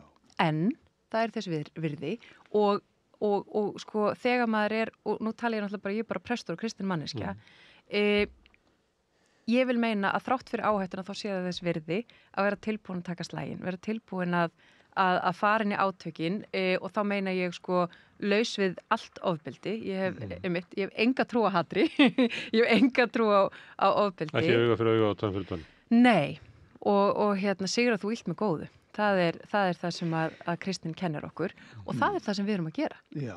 Við ætlum ekki, og ég mitt hugsaði það bara í morgun sko, að því að innst inni þá var svona lítið rödd bara nennir að fara í þetta samtal á samstöðinni. Það er allt í einu meðbyr með kirkjunni. Já. Ég get farið að hafa það rólegt og því maður þarf ekki að vera í átökum en það er ekki, við getum ekki samþykkt það að fólki sé ítt út á jaðarinn, að það sé þakka niður og það fá ekki að vera að tilheyra. Getum ekki samþykkt það. Ég var mjög ánægð að nefndir hérna kvennabaráttuna og baráttursamkynið þeirra. Af því að Sigurvin veit það, af því að ég fekk hann til þess að hlusta á viðtölu sem ég tók við öll biskupssöfnin, að þá spurði ég þau öll út í þetta. Hvort að staða innflytjenda væri raunverulega stóra mannréttindabaráttan sem við stöðum frammi fyrir.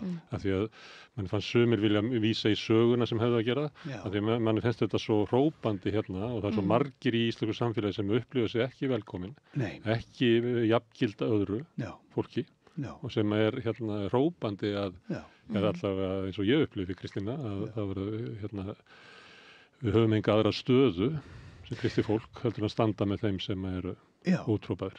Og það er akkurat þess vegna sem við blésum til þessa málþings og það er þess vegna sem við erum hér. Okkur hættir svolítið til sem þjóð þegar við erum að tala trúarbrögð að það er alltaf allt undir Ég man eftir því þegar ég byrjaði guðfræði á sínum tíma þá var ég spurður hvað með krossferðirnar eins og ég beri persónulega ábyrgð á því sem gerðist á 11. og 12. öld Aðferðafræðin sem þú ert að lýsa, Matthildur, sem að við sem þjóð höfum notað er þetta. Við byrjum á því að setja málefni á dagskrá, það var kvennafrídagurinn og stofnun samtakana 78, svo við vísum í þessa sögu. Við setjum það á dagskrá og við erum tilbúin til þess að ræða. Síðan förum við í það að fræða, auka sýnileika og kalla til samtals. Og það er nákvæmlega það sem að við verðum að gera núna þegar að svona stór hluti þeirra sem búa hér koma erlendis frá. Við þurfum að setja mála á dagskrá. Og upplifðu sig ekki velkomin. Og upplifðu sig ekki velkomin. Það er bara staðreynd eins og Múhameð var að afsaka íslenskuna sína. Já, og engin ástæða til. Það er byggt á reynslu að hann þurfi að gera það. Já, þú talar frábæra íslensku Múhameð og ekki að biðja afsökunar. Já, ég bið stundum afsökunar á dönskunni minni þegar við erum að tala saman á dönsku, En ég leik 2 skjöldum, ég kenni stundum út í Þýskalandi og fæ að gera það núna í sumar og þar stjórnarskrárvarinn réttur nemenda í skólakerfinu að læra eigin trúarhefð. Það er að segja, ef þú ert mótmælandi þá færð þú nám frá 1. til 10. bekkjar í grunnskóla mótmælandatrú og það er skyldunám til stúdentsprófs. Ef þú ert kaþólskur þá gerist það sama. Ef þú ert múslimi í þýsku samfélagi þá átt þú sama rétt og það eru háskólamenntaðir kennarar í Íslam sem eru í samstarfi við ákveðin samtalsvettvang múslima í Þýskalandi sem að veita þér, þetta er í samtali og samstarfi við kirkjurnar og trúfélögin. Og það er bara, þar sem ég er að kenna í Nordrhein-Westfalen, að það segja reglugerði það, ef það eru 12 nemendur í einum skóla sem tilheyra trúarbrögðum, þá eiga þeir rétt að því að sé ráðinn kennari sem er sérfræðingi þeirra trúarhefð og þeir fái uppfræðslu hana. Og ástæðan fyrir þessu er tvíþætt. Annars vegar snýst þetta það sem við köllum lífsleikni hér á Íslandi. Það er að segja ef þú styrkir fólk í þeirra trúarmenningu, trúarafstöðu, þá ert að styrkja fólk. Svo einfalt er það. En hins vegar, til þess að geta átt samtal við aðrar menningarhefðir, aðra trú, þá þarf maður að standa föstum fótum hvar maður er sjálfur. Og ég vil meina að gangi lengra en svo að spyrja persónulegu trúarafstöðu. Við erum svo feimin Íslendinga að vera að spyrja, ertu trúaður, ertu trúuð? Það snýst það að við sem íslensk samfélag höfum ákveðin gildi og ákveðin viðmið sem að við teljum vera sjálfsögð, en mörg þeirra koma úr okkar lúterska evangelísku hefð. Þegar við höfum samtal við múslima í okkar samfélagi, að þá bara liðin svo tíð að við getum vísað í eitthvað hlutleysi, eitthvað mynd hlutleysi, enda þú kemur ekki að borðinu í samtal og segir þú ert múslimi en ég er hlutlaus. Samtal sem á sér stað á vettvangi kirkjunar eins og við Múhameð höfum iðkað núna í meira en áratug. Það er nákvæmlega þannig samtal að segja ég er lútersk kristinn, þú ert múslimi, það er margt sem er ólíkt milli trúarbragðana og þess vegna er svo dýrmætt að hafa prest eins og Matthildi sem er trúarbragðafræðingur. Við þurfum trúarbragðafræði í samfélagið okkar, við þurfum meiri þekkingu og trúarbragðafræði. En ég er kristinn, þú ert múslimi, hvað er við sameiginlegt, hvað er ólíkt, hvar getum við fundið snertifleti? Og það er það sem við höfum verið að vinna með. Nú er hátíð, ekki satt, bara óska múslimum og Íslandi Eid Mubarak. Það er stórhátíð í Íslam. Og við unnum meðal annars saman á þessari föstu. Ramadan er fastan í Íslam og við erum að fasta inn í kirkjunni og fasta bæði í... Það er nú að fáir að fasta. Ég er ekki viss. Fasta þýðir, að neita sér matartegundur eða mat eins og múslimar gera. En inntak föstunar, bæði í Íslam og kristni er þetta, að ég gangi inn í sjálfum mig og ég spurji, hvernig get ég verið betri manneskja?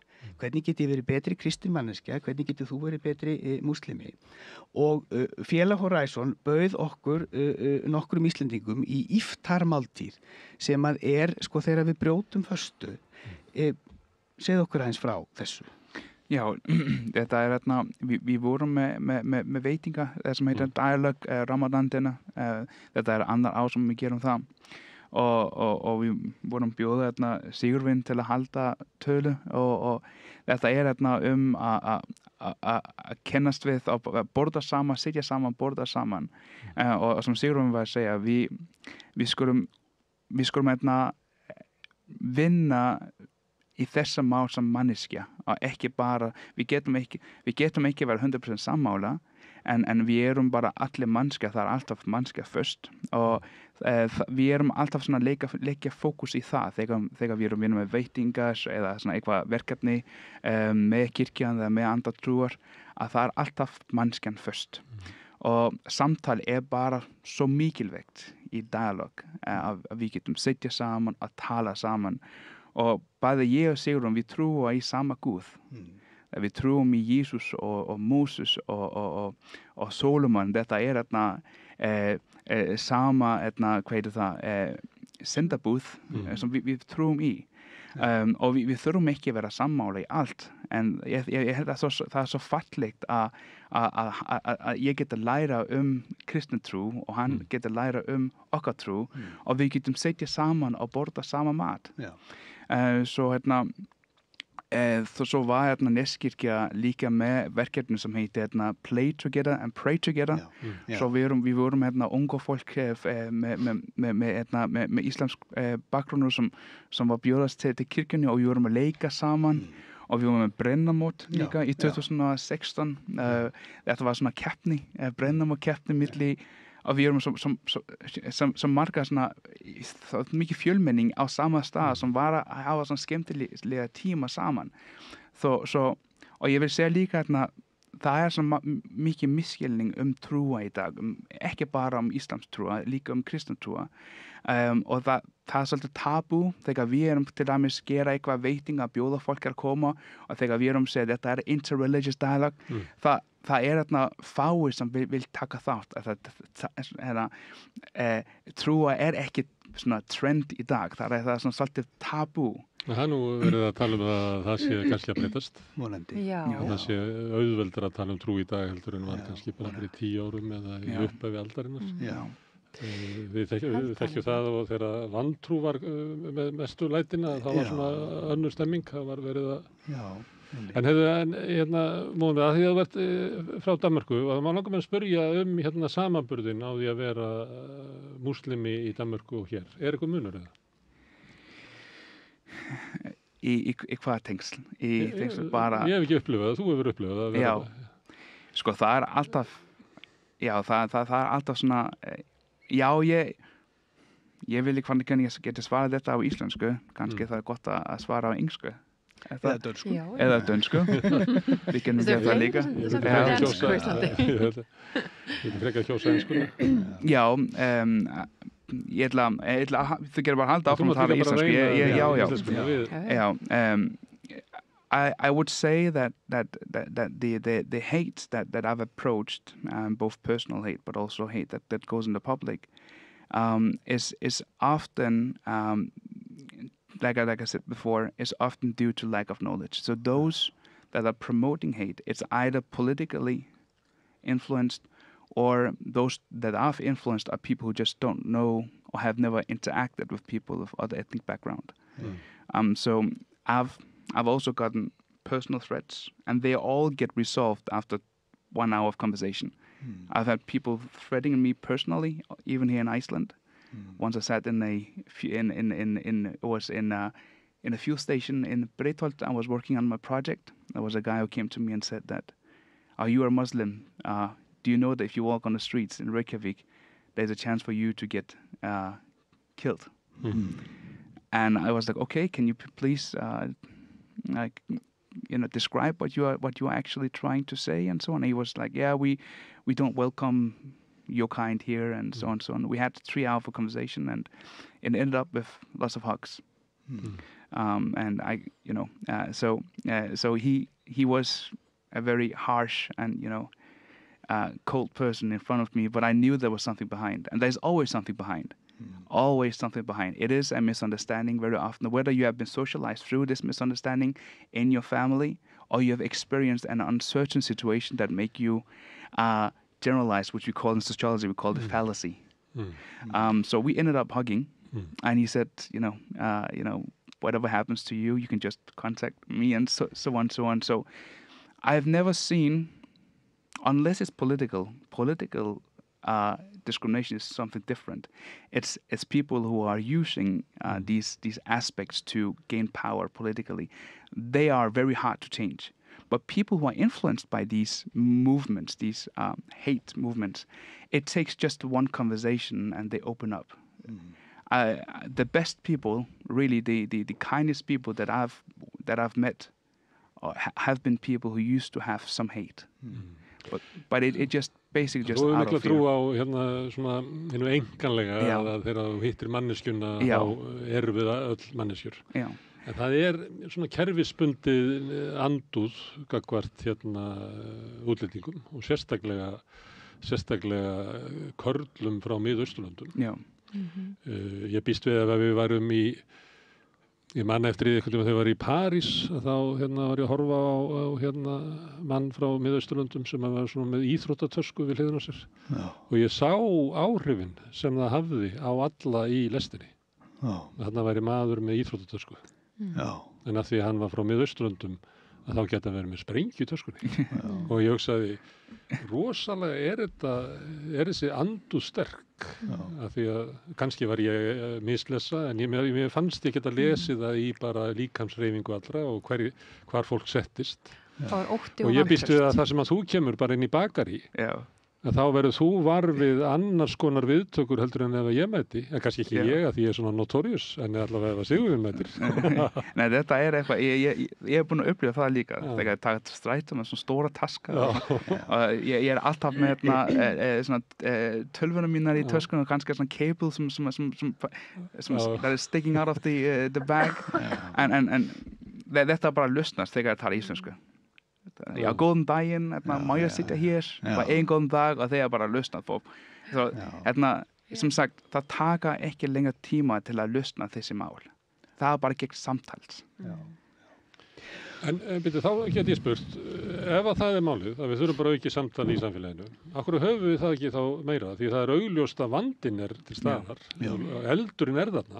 En af hverju erum við ekki að, þú varst nú eiginlega að segja að kirkjan ætti að stíga fram til, einmitt kannski til þess að að opna fyrir samtal til þess að þetta fengi ekki að grassera í myrkrinu. Og við erum að reyna það. Já, og þú heyrir það líka einmitt að sko þegar að Horizon er að bjóða til máltíðarar samtals, það eru fáir sem þora að koma. Já. Og það er kannski svolítið það sem að við erum að viljum setja orð og erum að upplifa, að fólk þorir ekki alveg inn í samtalið eða hugsa þetta kemur ekki við. Ég er ekki í miklum samskiptum við múslima eða hvað sem það er. Ég þarf ekki að vera partur af þessu. En það sem að ég óttast er að mér finnst óttinn og vantraustið vera að aukast. Og þegar við auglýstum málþingið þetta voru 350 athugasemdir eða ekki? Jú, og allar undir nafni. Allar undir nafni, það var engin hrættur við að sko setja nafn sitt við... Athugasemdir hvað? Sko við byggum til viðburð fyrir málþingið og það var ekkert í raun og veru stuðandi við efni þessa málþings. Við erum bara að tala vinátt og virðingu milli trúarbragða. En það skrifuðu 350 manns undir þennan viðburð undir nafni andúð í garð þess sem vorum að gera. Allskyns athugasemdir, allskyns bara þess, og mjög margar athugasemdir sem mætti flokka sem hatursorðræðu og það var enginn þarna hrættur við að skrifa það undir nafni eða koma fram undir nafni með þessa óðbóðslegu andúð og slíkt. Og það voru kannski 4-5 jákvæð. Þetta var sjokkrandi. Ég var óðbóðslega hissa á sko magninu. En það sem maður las var ótti og vantraust. Og það sem við vitum, sko félagsauður verður til í samfélagi það sem er ákveðu grundvallartraust. Það sem að þú mætir náunga þínum og þú út á götu og þú hugsar, heyrðu, þessum, hann er ekki að fara að kýla mig. Við erum bara að fara að segja góðan daginn og ganga framhjá og þess að við treystum því að það sé ákveðu grundvallar traust í samfélaginu. Mjög mikilvægt í samfélaginu. Mjög mikilvægt. Ég reikna ekki með að þú ætlar að svindla mér ef ég ætla að við viðskipti og það er bara mjög mikilvægt að við höldum svona eðlilegu traust í samfélaginu. Að það sé ákveðin bara samfélagssáttmáli, ákveðin gildi sem við erum sammála og við treystum því að við séum sammála þau. Þetta verður bara til í gegnum samtal. Þetta verður bara til í gegnum tengsl. Þannig brjótum við niður óttan og byggjum traust. Og ég held að ástæðan fyrir vantraustinu og ástæðan fyrir óttanum er að það er ekki samtala milli þessara hópa og ég held að múslimar séu of einangraðir, séu of mikið á jaðrinum og er ekki nógu augljós partur af íslensku samfélagi og það eru ástæður fyrir það er vegna að það vantar ákveðin vilja til að kynnast og til að eiga vinátt. En ertu ekki að segja þá að lausnin á þessu er alltaf í bara hvað við segja svona einkanlegum samskiptu fólks? Ekki endilega, ekki bara. En hitt kannski getur búið til umhverfi, ég meina það eru mörg dæmi það að stjórnmálamenn geta kastað olíu á eldin eins og við orðið var við og ég býst við að ástæða fyrir það að þið fá svona mörg neikvæð viðbröð við þessu er að það búið að hita það upp í almenn umræðu, það búið að ópeyja hatrið. Já, og ég er víst ótrúlegt stundum að ég ætla ekki að fara að nefna en að lesa greinar frá stjórnmálafólki í blöðum og viðtölum það sem fólk leifir sér að segja án þess að bakka það upp án þess að hafa neitt fyrir sér og það er augljóst pólitískt agenda og það sem ég langar, ég myndi hugsa það er nú bara eitt af markmiðunum mínum í þessu viðtali ég mun aldrei kvitta upp á það að kirkjan veri dregin með í eitthvað svona og við þekkjum það gegnum söguna þegar er pólitískt agenda og það er verið að úthýsa ákveðnum hópum sérstaklega hópum sem ekki til eru kristni að þá er reynt að fá kirkjuna með sér og ég hef verið stolt af því að Íslenska þjóðkirkjan hefur hingað til ekki farið á þennan vagn. Bara kirkjan hefur ekki gert það og það er, ég vil trúa því að það sé vegna þess að við erum að gera okkar allra best að fylgja Jesú og Jesús hefði aldrei tekið þátt í hatursorðræðu og það sem hann gerði endalaust var að draga inn fólki sem búið að vera ít út á jaðarinn og það er það sem við verðum að gera. Þannig að allan það er ég held að prestar kirkjunar upp til hópa ætla ekki að fara inn í þessa stemningu sem finnst að veri sér kynda undir. Það er allstaðar á Norðurlöndunum áhugi fyrir því af þeim öflum, pólitísku öflum sem að vilja draga útlendingaandúð inn í umræðuna að fá þjóðkirkjuna með sér í lið. Og ég hef séð það að þjóðkirkjurnar á Norðurlöndunum hafa einmitt sagt nei, við ætlum ekki að láta draga okkur á þann vagn. Og Stín er rödd úr dönsku kirkjunni en það eru dæmi víða Ég hef nú séð íslenska presta sem reynd að starfa í Skandinavíu vera svolítið harðir á þessu vagni Ég get ekki tala fyrir hönd allra presta en þau viðbrögð sem við höfum fengið og það samstarf sem við höfum átt innan kirkjunar. Það er talað um kirkjuna sem samfélag, hún ekki að taka þessa stefnu. En aðeins varðandi þessa neikvæðu... Og ekki yfirstjórn kirkjunar eða prestar heldur. Aðeins þessu neikvæðu viðbrögð. Ef að ástæðan hefði verið um sambúð kristni og búddisma, þið hefði ekki fengið neitt. Nei, það er engin hvort líklegast ekki, veit ekki hvort að gyðingdómur væri Íslam er vandamálið það liggur óttinn afstaða fólks til Íslam það er eitrið í samfélaginu mögulega það er þannig Já, þegar ég var að lesa umræði undir í Facebook, ég var ekki sjokkið. Þetta er sem sagt eitthvað sem ég var að sína það til kona mín og við vorum bara bæði að grína það. En það er bara rétt að ef það var búddíst og kristna, það vildi umræða við eitthvað öðruvísi en það sem við erum búin að sjá síðustu vikur, hvernig það var. En sem ég vildi segja, þess vegna, við vorum í bylgjan, og ég sagði ég bara bjóð þessi fólk yfir harðfiskur og kaffi, við kunum bara tala saman og ég að hlusta mikið í Útvarp Saga þegar ég segja það, vinur mér alltaf leiða þegar ég segja það, ég að hlusta mjög oft í Útvarp Saga bara til að hlusta hverju fólk með þessi hugmynd og það sem sagt oft eldra fólk sem búið út í landi sem ekki búin að hittast við múslimar ég búin að upplifa fólk segja já þú fyrsti múslimar sem ég búin að hitta sem svo góður og svo spurði ég, ertu búin að hitta þess aðra muslima en mig? Nei, nei, þú fyrsta og svo En Móhamed, akkur þetta svona? Segjum að ráðstefnan væri kristni og búddisma. Þá myndi fólk segja, já, búddismi, það svona mannrækt og það svona gildi svona alheims sálinna og það fólk í líka í alls konar svona gæla við búddisma og hefur haft svona töluvert áhrif svona út í. En Íslam, það ekki manngæska og það bara mannhatur og ilska og það verið að opna allt í vonda inn í okkar samfélag. Hverju þetta svona? Núna fer ég á englsku líka, dönsku. I think it has something to do with the recent event. I mean, we are living in a geopolitical world. So there's a sociologist named Ulrich Beck, and he calls the globalized world as a risk society. So whatever happens in another society, it affects us here in the North. So the Middle East have recently undergone a drastic change, a constant changes politically.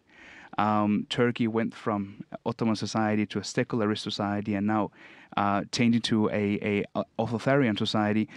So these changes create what we call anomie in sociology. An anomie is the lack of identity among a civilization or a population, which can take decades to recover. So the recent political issues that are happening and currently have happened and currently happening in the Middle East create fear in the other societies. But people forget about history. People forget that Muslims, Christians, and Jews have been living side by side for many, many decades in the Middle East. People forgetting about the science, the poetries, philosophy, sociology that comes from these areas. I mean, the Iraq, Syria, Damascus. These used to be the capital city of science, the capital city of philosophy. A lot of algebra and a lot of contemporary science that we have today comes from these areas. So I put a lot of emphasis on lack of knowledge. Lack of knowledge, whether it is lack of knowledge of a person or historical lack of knowledge, is what creates fear. But when people sit down and allow themselves to learn about the other person, not only as a person, but also in its history and in its value. I mean, Jesus is Jesus in our religion and in the Christian religion, and we see Jesus at the same way that the Christians are seeing Jesus, as in next love and pulling people to goodness, living for other people. Jesus sacrificed his life for other people. When people read about Islam or Christianity, or go back in history, they will actually realize that, wow, I've really been putting into this bubble of lack of knowledge or misinformation. So I strongly believe, and it's my strongest assumption, that the recent situation in the Middle East, and we are talking about 40, 50 years, have created this fear in the rest of the world, especially in the West. And as I said, I've been able to redirect, or I've been able to create love among, dialogue among people who are fearing me just by talking to them. But it's very difficult to change politicians because they have another agenda. Their agenda is just to use this fear for the sake of their own power gain. And it especially happens during elections. That's when we see these drastic, sudden agendas that are pulled on. Þegar það gerist, þegar verður hiti í umræðan á Íslandi innflytjendur og að það gengi ekki svona menningarblöndun eins og kom fram í síðustu kosningum. Það var verið að tala það. Alltaf einhverju sem hafa hagsmuna þeirri umræðu. Upplifir þú að þín stað á Íslandi sé þá svona veikar? Er það vondir dagar fyrir þig að fara í bakaríið þegar það er búið að vera? Þessu leika þegar það er kostningar.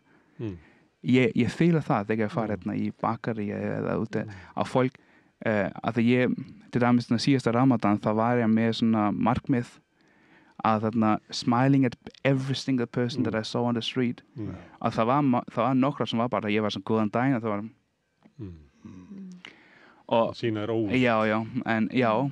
svo það gerast, en þetta gefa mér svona meira svona motivation til að vinna með góða vinna frá kirkjunni, Sigurvin og aðrar trúa líka. En Múhameð, er það alveg þannig að þú segir að þú hlustar út af sögu til þess að heyra hvað fólkið hvað býr að baki og þú hittir fólk sem að sendir það óvild bara þegar þú brosir.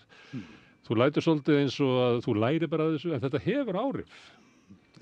Þú veist, það er ég held að við séum öll þannig byggð, og ef það eru félagsverur, að þegar við verðum fyrir svona árásum og óvild og fleira, þá hefur þetta alltaf áhrif á okkur, sko. Alveg sama hvað við viljum vera brynjuð og slá þessu frá okkur, að þetta er.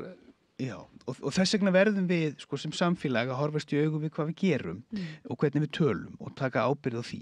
Mér langar aðeins að grípa þennan bolta, af því að í þessu útvarpsviðtali sem þú nefndir áðan, Múhameð, þá varst þú beðin að svara fyrir það sem er að gerast í Íran.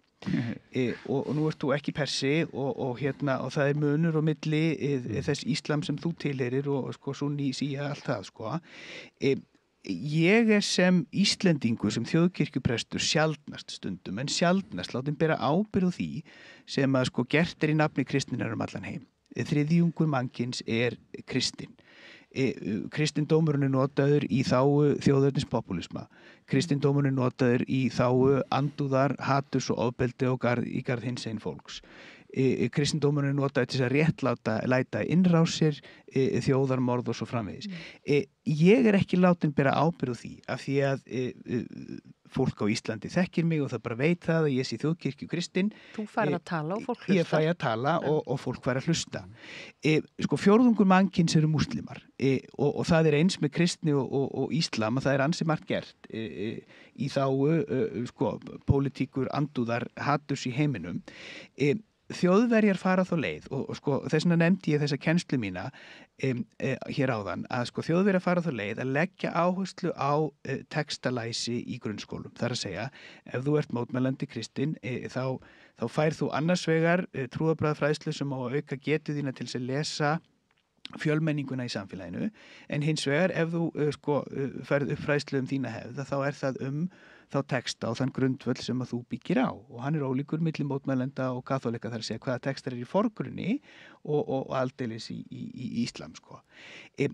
Ábyrgð okkar sem Íslendingar, sem þjóðkirkjuprestar, sem guðfræðingur og trúarbragðafræðingur að tala inn í okkar samfélag. Og hér á Íslandi búa tæplega 20% þjóðarinnar, fólk sem ekki evangelísk lúterst íslensk kristið í Íslendingabók. Hvernig ætlum við að takast á við það? Og uppskriftin hlýtur að vera svo sem að þú varst að nefna hér áðan, Matthildur, þar að segja, við byrjum á því að setja það á dagskrá og eina leiðin til þess að gera það að spurja þig, Múhameð, hvernig upplifir þú það eins og þú ert að gera hér, Gunnar Smári, hvernig upplifir þú að vera á Íslandi, hvað má betur fara? Og sko, mörg af þeim verkefnum sem við Múhameð höfum unnið saman, að þau hafa verið algjörlega óumdeild. Sko, þið skipulögðu Ashúra-máltíð í Neskirkju sem tyrkneskur siður þar sem búið til búðingur Nóa og svona leið til þess að fagna menningarfjölbreytni. Síðan komst þú inn í æskulýsfélagið okkar í Neskirkju og lékst með okkur í Brenná og við báðum saman og skilurðu. En það var þegar við báðum saman í guðþjónustu sem að ég upplifði í fyrsta sinn að fá andúð yfir mig sem að þú segist hafa upplifað oft og það sé daglegt brauð, en það ég bara segi það bara beint út, það í fyrsta skipti sem ég hef upplifað að fá svona andúð yfir mig. Og það náttúrulega bara má ekki vera þannig að það sem að stuðar okkur við þetta málþing að fá þessi viðbröð upp á yfirborðið, að það sé daglegt brauð í íslensku samfélagi og að þú og allir þeir sem að hinga flytja sem að eru múslimar þurfi að sita undir því. Það má ekki vera svo framtíðarsýn sem við höfum fyrir íslenskt samfélag. Það tengist þessari mannréttindabaráttu sem við vorum að tala um áðan, kvennabaráttunni og samkynhneigðum, að fólk fá að koma fram og vera það sem það en líka vera bara manneskjan, þannig að það ekki bara að við spyrjum Múhameð hvernig hann upplifir að vera kúrdískum rótum í íslensku samfélagi, heldur líka bara hvernig hann finnst vínabrauðið í bakarínu eða sjálfsagður hluti eða hann sáttu við strætó samgönguna. Já, algjörlega. Eða hvernig finnst þið með vegakerfið á Íslandi? Skilur það líka að fólk fái að vera þáttakendur í íslensku samfélagi að fullu. Með fullri sömu stöðu, ekki alltaf í hlutu. En svo getur verið að við séum allt í hennu núna, þegar kemur að fjölmenningunni, þá erum við okkur vantar einhverjum smá hæfni til að ræða þetta. Ég gæti trúa því að það sé vegna þess að við erum búin að vera síðastliðin 20 ár svo ofboðslega feimin við að ræða gildi líka. Og við erum búin svo feimin við að ræða trúarbrögð. Það nú svolítið misnotað orð þetta gildi, Ég fæ alveg græna bólur þegar ég heyri talað gildi. En við verðum samt við sem að senda vopn til Úkraínu til þess að verja gildi okkur. Ég bara ræði ekki við þetta. Nei, en við verðum samt að tala, en við verðum að tala um gildi. Við verðum að tala um það. Hvaða gildi fólk að tala um? Við þurfum til dæmis að ræða ofbeldi. Við þurfum að ræða afstöðu okkar til þess hvað ofbeldi og hvað það sem við, hvar liggur línan. Eins og til dæmis með það hvernig ræðum við á internetinu. Hver okkar gildi með umræðu á internetu? Hvenær þetta orðnar árásir og ofbeldi? Við þurfum að geta rætt þessa hluti. Við þurfum að ræða traust. Hvernig byggjum við upp traust? Og gagnkvæman skilning og þetta eru gildi og jú, það eru alls konar svona hugtök sem sjálfsmildi og gildi og eitthvað svona sem við erum bara alveg alls konar tryggingafélög þykjast hafa gildi og svona sem eru bara kapítalísk fyrirtæki.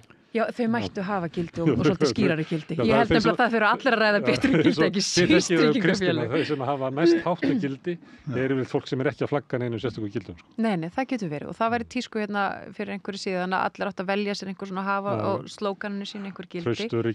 Já, allt þetta, en við höfum ekki bara að kunna orð, við höfum að vita hvað þýð og hvernig við iðkum þau og við höfum nefnilega bara verið í slóganinu, við höfum bara fundið öryggi, traust og sett það á einhver plaggöt og við höfum ekki rætt og við höfum ekki lifað þau út og við höfum ekki, eins og til dæmis bara það bara búið að vera þessi tilraun, allan að síðastliðin 20 ár, nú höfum við bara hérna svona hlutlust rými, trúarbrögð og eitthvað svona fjölskyldugildi og eitthvað svona. Þetta eitthvað sem við gerum heima hjá okkur, við erum ekki að trufla hvort annað með þessu. Og það hefur orðið svolítið svona, að mér finnst, fátæklegt almannarými, frekar svona einhvern veginn sem átt að heita ógildislaðið, en varð bara fátæklegt. Og ég held að við höfum mist niður getuna til þess að ræða þessa hluti. Og þekkingun okkar sjálfra. Við tókum trúarbragðafræðslu, kristinfræðslu út úr skólum og fólk var meiri sér feimið heima við að segja, þar sem að trúarbröðin átt að eiga heima, fólk var feimið heima við að segja börnunum sínum biblíusögur. Nú erum við með ungt fólk sem að er ofboðslega leitandi, þannig að það veit ekkert hvaðan menningin þeirra kemur. Það veit ekki, það þekkir ekki kristna trú, hvað þá önnur trúarbrögð og við erum að sjá smá bylgju núna að ungt fólk er að koma í kirkju og það er allir ógeðslega hissa. Þetta er vegna þess að þau hungrar og þyrstir, þau hafa ekki fengið næringun, þau hafa ekki upplýsingarna, þau hafa ekki fengið fræðsluna. Við tókum þetta frá þeim, við ætlum að vera svo opaslega hlutlaus og flott og hrein og allt þetta, en við bara glutruðum þessu niður. Og þess vegna held ég líka að nú erum við, okkur finnst erfitt að fara inn í þessu umræðu. Ég held að við finnum að við erum svo fákunnandi. Við finnum að við höfum kannski bara ekki nógu góðan grunn til að tala saman. Við vitum ekki, Íslendingar vita allar hverju þið eru og hverju við trúum. Já, sko, mér langar aðeins að nefna akademíuna sko, nú eru nýjastafi rektorskjör við Háskóla Íslands. Sko, þegar ég að læra guðfræði 2001-2006 þá eru tvöfalt fleiri kennarar við deildina heldur niður í dag. Það er búið að skera það mikið niður í guðfræði. Það er ekki starfandi trúarbragðafræðingur við Háskóla Íslands að kenna trúarbragðafræði og þetta eru bara í Evrópu, í Danmörku, Þýskalandi, þess ég þekki til, þá eru þetta fögin sem er að standa vörðum og það er verið að auka í vegna þess að öll félagsvísindi, öll hugvísindi og öll samfélagsgerðin okkar byggir á því meðal annars að við höfum getuna til þess að tala sko, menningarmunin innanfrá, ekki bara utanfrá, heldur innanfrá. Það er að segja hvað liggur að baki þeim hugmyndum sem við ræðum, hvað er Íslam, hver er munurinn á Íslam, hvað er kristindómurinn í grunninn, skilurðu, og til þess að geta átt þetta samtala þá verðum við að hafa þekkingu. Ég má taka undir þetta sem bara venjulegu leikmaður út í bæ, að ég hef áhuga á guðfræði og fleira vegna þess að öðru kosti þá hefði ég ekki aðgengi að því sem að maðurinn hefur verið að hugsa og skrifa stöðu sína í heiminum margar aldir áður en að Guð dó þarna þegar Nietzsche listaði yfir og þar leiðandi að maður hefur ekki einhverja innsýn inn í sko guðfræði og slíka hugmyndir og ratar ekki einhver leyti, þá er þetta bara blind, þá er þetta bara svartar miðaldir sem maður ratar ekki og það er alveg ótrúleg fórn fyrir nútíma mann að ætla að neita sér aðgengi að sko hugmyndum manna í frumkristninni og miðöldum bara stöðu sína í heiminum, ábyrgð okkar í samfélaginu og annað slíkt sem að meira og minna fór fram á þessum vettvangi sem er þá guðfræðin. Þannig að þetta er að vera bara lykilatriði að við ætlum að halda sönsum að við höfum einhverju að getu sem samfélagi í venjulegri umræðu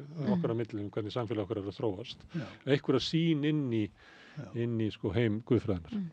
Og þú getur alveg gert það og trúa því að Guð sé dauður og allt saman. Þú verður að geta ratað þetta svæði. Já, sko ég sótti ráðstefnu í Wuppertal 2007, þar sem að voru verið að ræða sem sagt ungt fólk í Wuppertal og þetta er sko iðnaðarbær í Þýskalandi, þar sem að er mjög stór hópur Tyrkja sem að flutti þanga á 7. áratugnum til þess að vinna. Og þar voru bæði sko guðfræðingarnir, æskulísprestarnir og menn sem er að vinna frábær starfum sem þú ert að gera ímama sem voru að vinna með ungum múslimum sem að sögðu allir það sama. Markmið okkar er samtal. Markmið okkar er það að ungir múslimar í Þýskalandi og ungir mótmælendur og kaþólikar í Þýskalandi að þeir þekki, virði, skilji og eigi vináttu sín á milli. Það sem að stendur í vegi fyrir því sögðu allir fræðimennirnir, prestarnir og ímamannir er það að ungir þjóðverjar þekktu ekki sinn bakgrunn nógu vel. Múslimarnir voru með þá hreinu fyrir hvað stóðu og hvað þeir komu en unga kristna fólkið gerði það ekki og það stoppaði samtalið. Sko, þetta er í landi þessum að sko kristifræði er skildufag frá fyrsta til 10. Ertu þá að meina það að sá sem ekki þekkir sinn bakgrunn, hann gengur að því að það sem er hluti af hans trúarbragða bakgrunni, hann lítur á það sem almenngildi, sjálfsöggildi og er þar alveg eiginlega óhæfur í samtal við annan sem er öðruvísi. Það er nákvæmlega það sem ég er að segja og sko ég get nefnt dæmi úr annarri átt. Ég kenni grísku við Háskóla Íslands stundum sem stundakennari, fæ stundum að kenna það. Ég er að eyða helmingnum af tímanum í það að kenna íslenska setningafræði. Vegna þess að til þess að geta kennt annað tungumál, þá þarf þú að geta talað þitt eigið. Til þess að geta lært annað tungumál þarf þú að geta talað þitt eigið og það gengur miklu lengra heldur persónuleg trúarafstaða og það á nákvæmlega við menningu og trúarmun. Já, Ég alveg sammála. Að þú varst að spyrja líka hvað örvis milli Ísland og Danmörku. Það sem ég búin að upplifa í sjálfboðaliða verkefni mitt hérna í Íslandi og við vorum talað það líka þegar ég var að vinna í Ráðhúsinu í þessum verkefnastjóra að það svo fá unga fólk hérna í Íslandi sem að taka þátt í sjálfboðaliða verkefni. Að taka þátt umræðu menning og dialog og svona. Í Danmörku það svo marga félag og fólk sem að vinna í sjálfboðaliða verkefni og við þurfum að kenna unga fólk í dag að taka hund mál, dialog og bara eða svona verkefni menntun og svona sjálfboðaliða. Taka þátt í að byggja upp samfélag. Að byggja samfélag, já, einmitt. Ekki spyrja hvað samfélagi getur gert fyrir þig, heldur hvað þú getur gert fyrir samfélagið. Einmitt, að við erum í þessi samfélagi, við þurfum ekki að bíða samfélagi til að gefa okkar brauð. Við þurfum að byggja þessi samfélagi upp saman og það erum við gerum. Við erum með 30-40 unga fólk sem við erum að vinna með í Horizon og við erum nákvæmlega að byggja upp að taka þátt í samfélagi sem sjálfboðaliði. Þegar við erum að vinna með Pangea stærðfræðikeppni sem ég var að tala bara áðan, svo erum við 10-15 unga fólk með öðru bakgrunum sem að hjálpa okkur.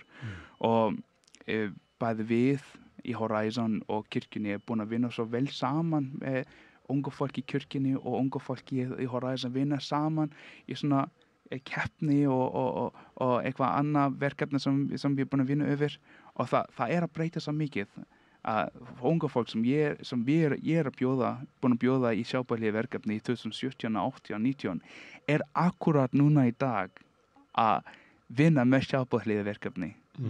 Svo við þurfum við erum að vinna með dialog, við erum að vinna samtali að tala saman en það svo mikilvægt að kenna ungu fólk hérna í Íslandi að vera sjálfboðaliða.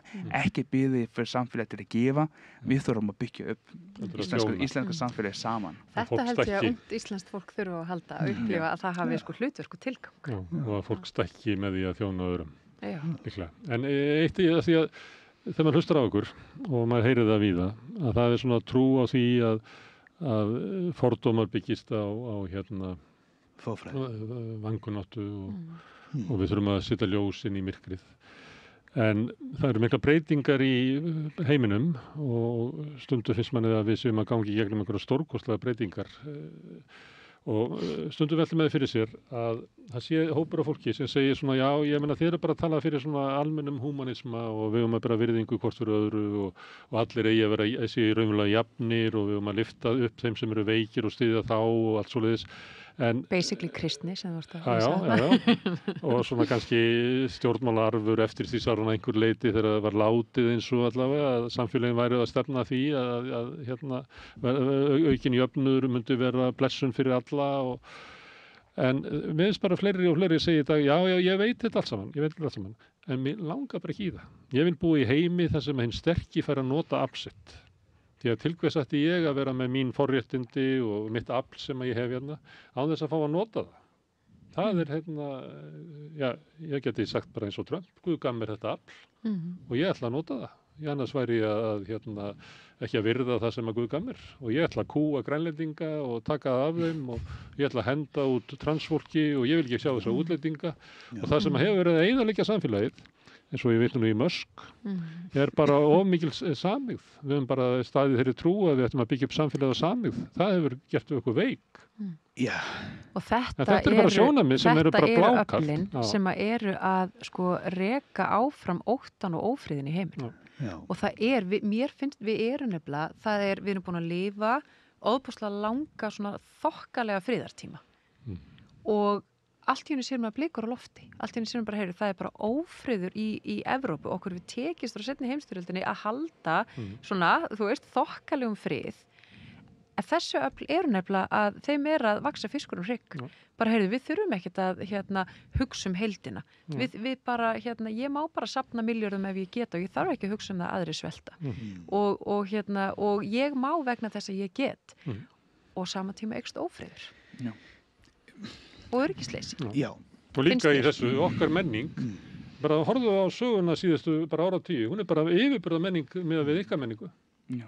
Akkur ættum við að fara að beygja okkur undir ykkar menningu. Þetta bara sjónamið sem bara vella út alla raufir í samfélaginu. Karl Marx að tala thesis og antithesis.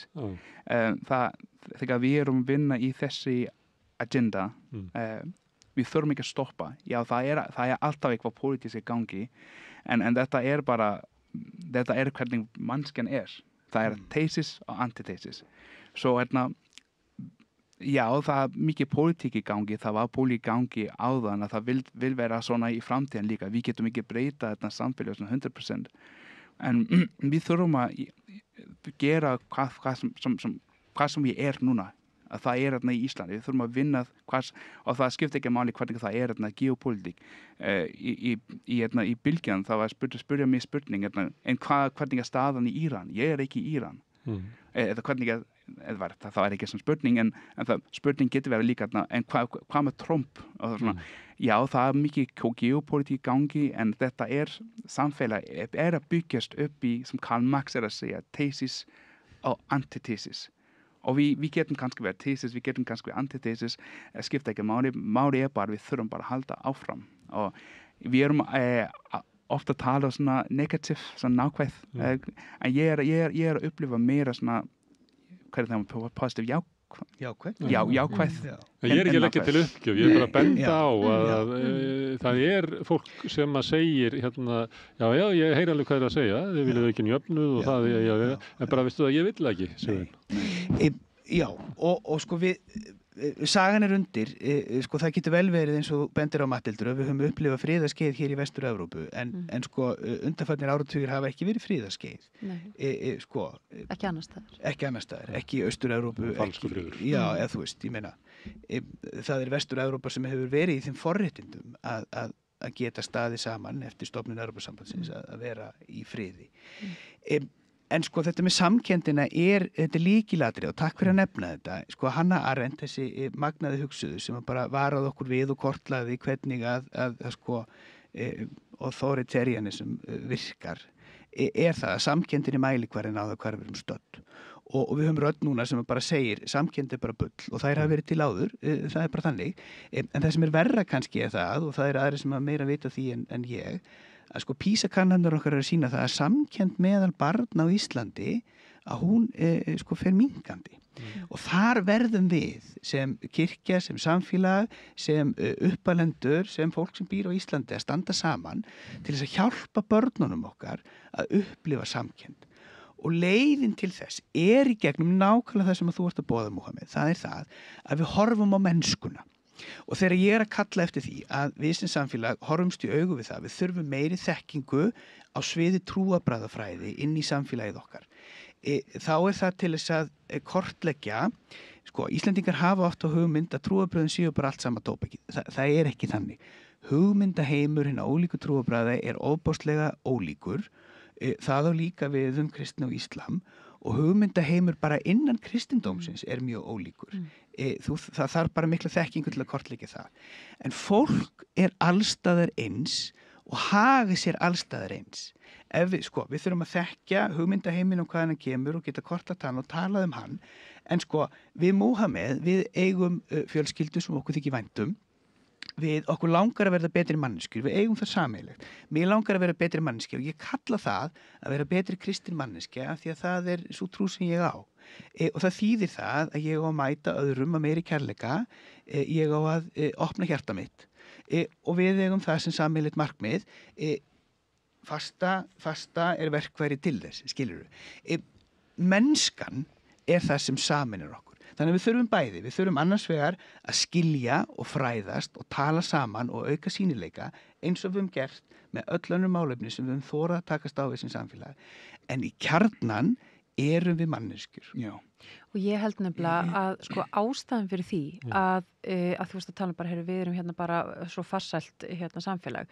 Það vegna þess að við höfum ástunda jafnrétti, við höfum barist fyrir jafnrétti, við höfum haft samkennd og virðingu og við höfum barist fyrir því að samfélagið okkar sé þannig að fólk fá að njóta sín, að það sé gert ráð fyrir öllum og við erum að nýta krafta allra kalla og Það hefur nú ekki verið þannig að allir hafi bara rödd í þessu íslenska samfélagi. Það hefur ekki verið þannig. Nei, hvernig þá? Nei, ég bara, svona í almennu umræðu þá er misskipt hverjir hafa svona aðgengi að henni og við vorum að tala kvennafrídaginn og fram að þeim tíma og enn í dag þá hafa konur ekki alveg sömu röddina og karlar og það fólk hefur ekki rödd ef það til sko lástjett og við nefndum innvíkingar út af því sögu. Það sem er áhugavert að hlusta á það finnst mér stundum.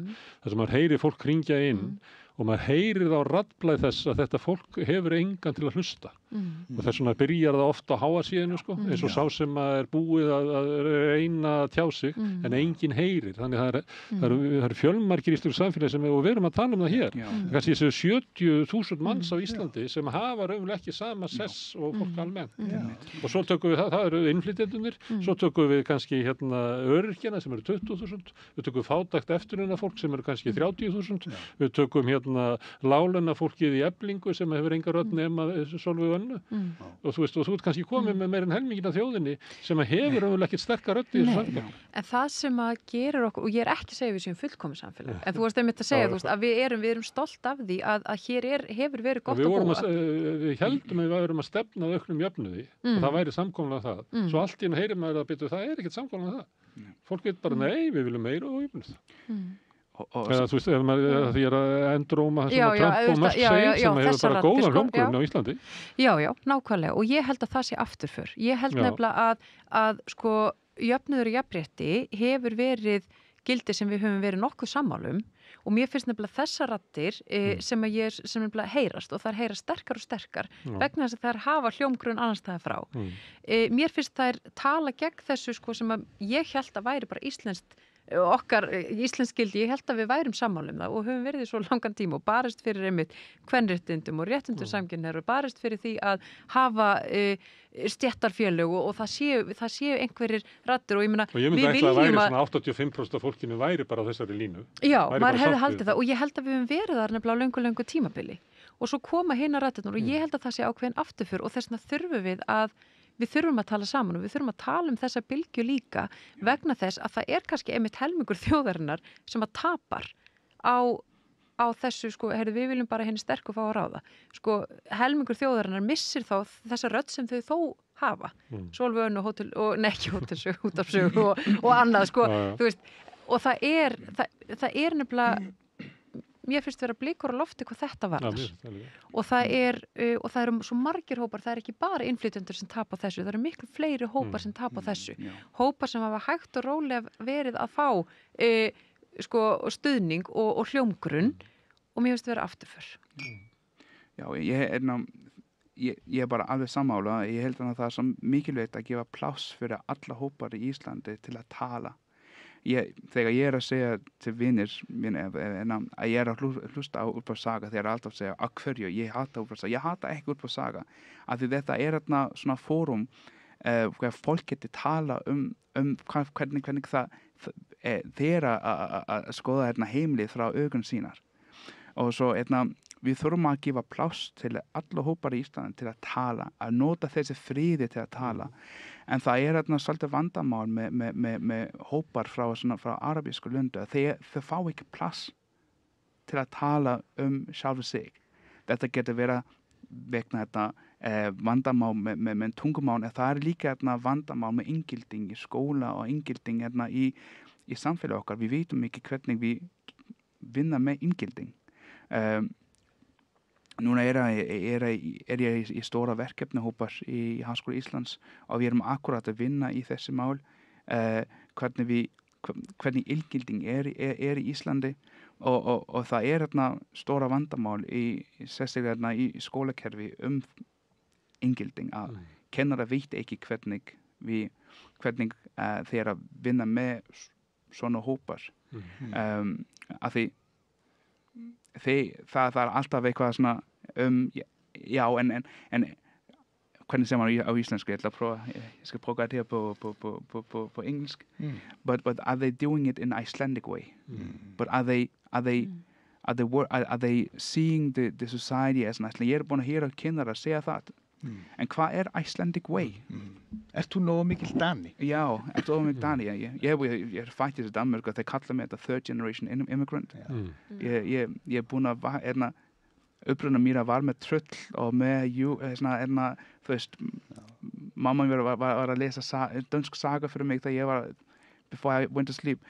Svo máli þarna. Þannig að þú ert með danskan húmor? Já, ég svona með svona, jú. Ertu Dani? Já, ég Dani. Ertu kurdi? Nei, ég Dani.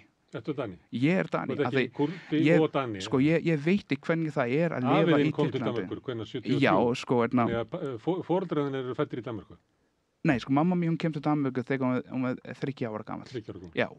En ég Dani. En þú myndir segja bara ég Dani? Já, sko, ég held að nationality ekki svona í blóð. Þetta hvernig þú hér í hjartan. Þegar ég með dótturinn mín faktisk í Íslandi, hún með íslensk mittinafni, Esja, Merjam Esja, kemur frá Maria, móður Maria, og við tölum dönsk við Merjam sem fættist í Íslandi. Kona mín með kurtnesk rætur líka.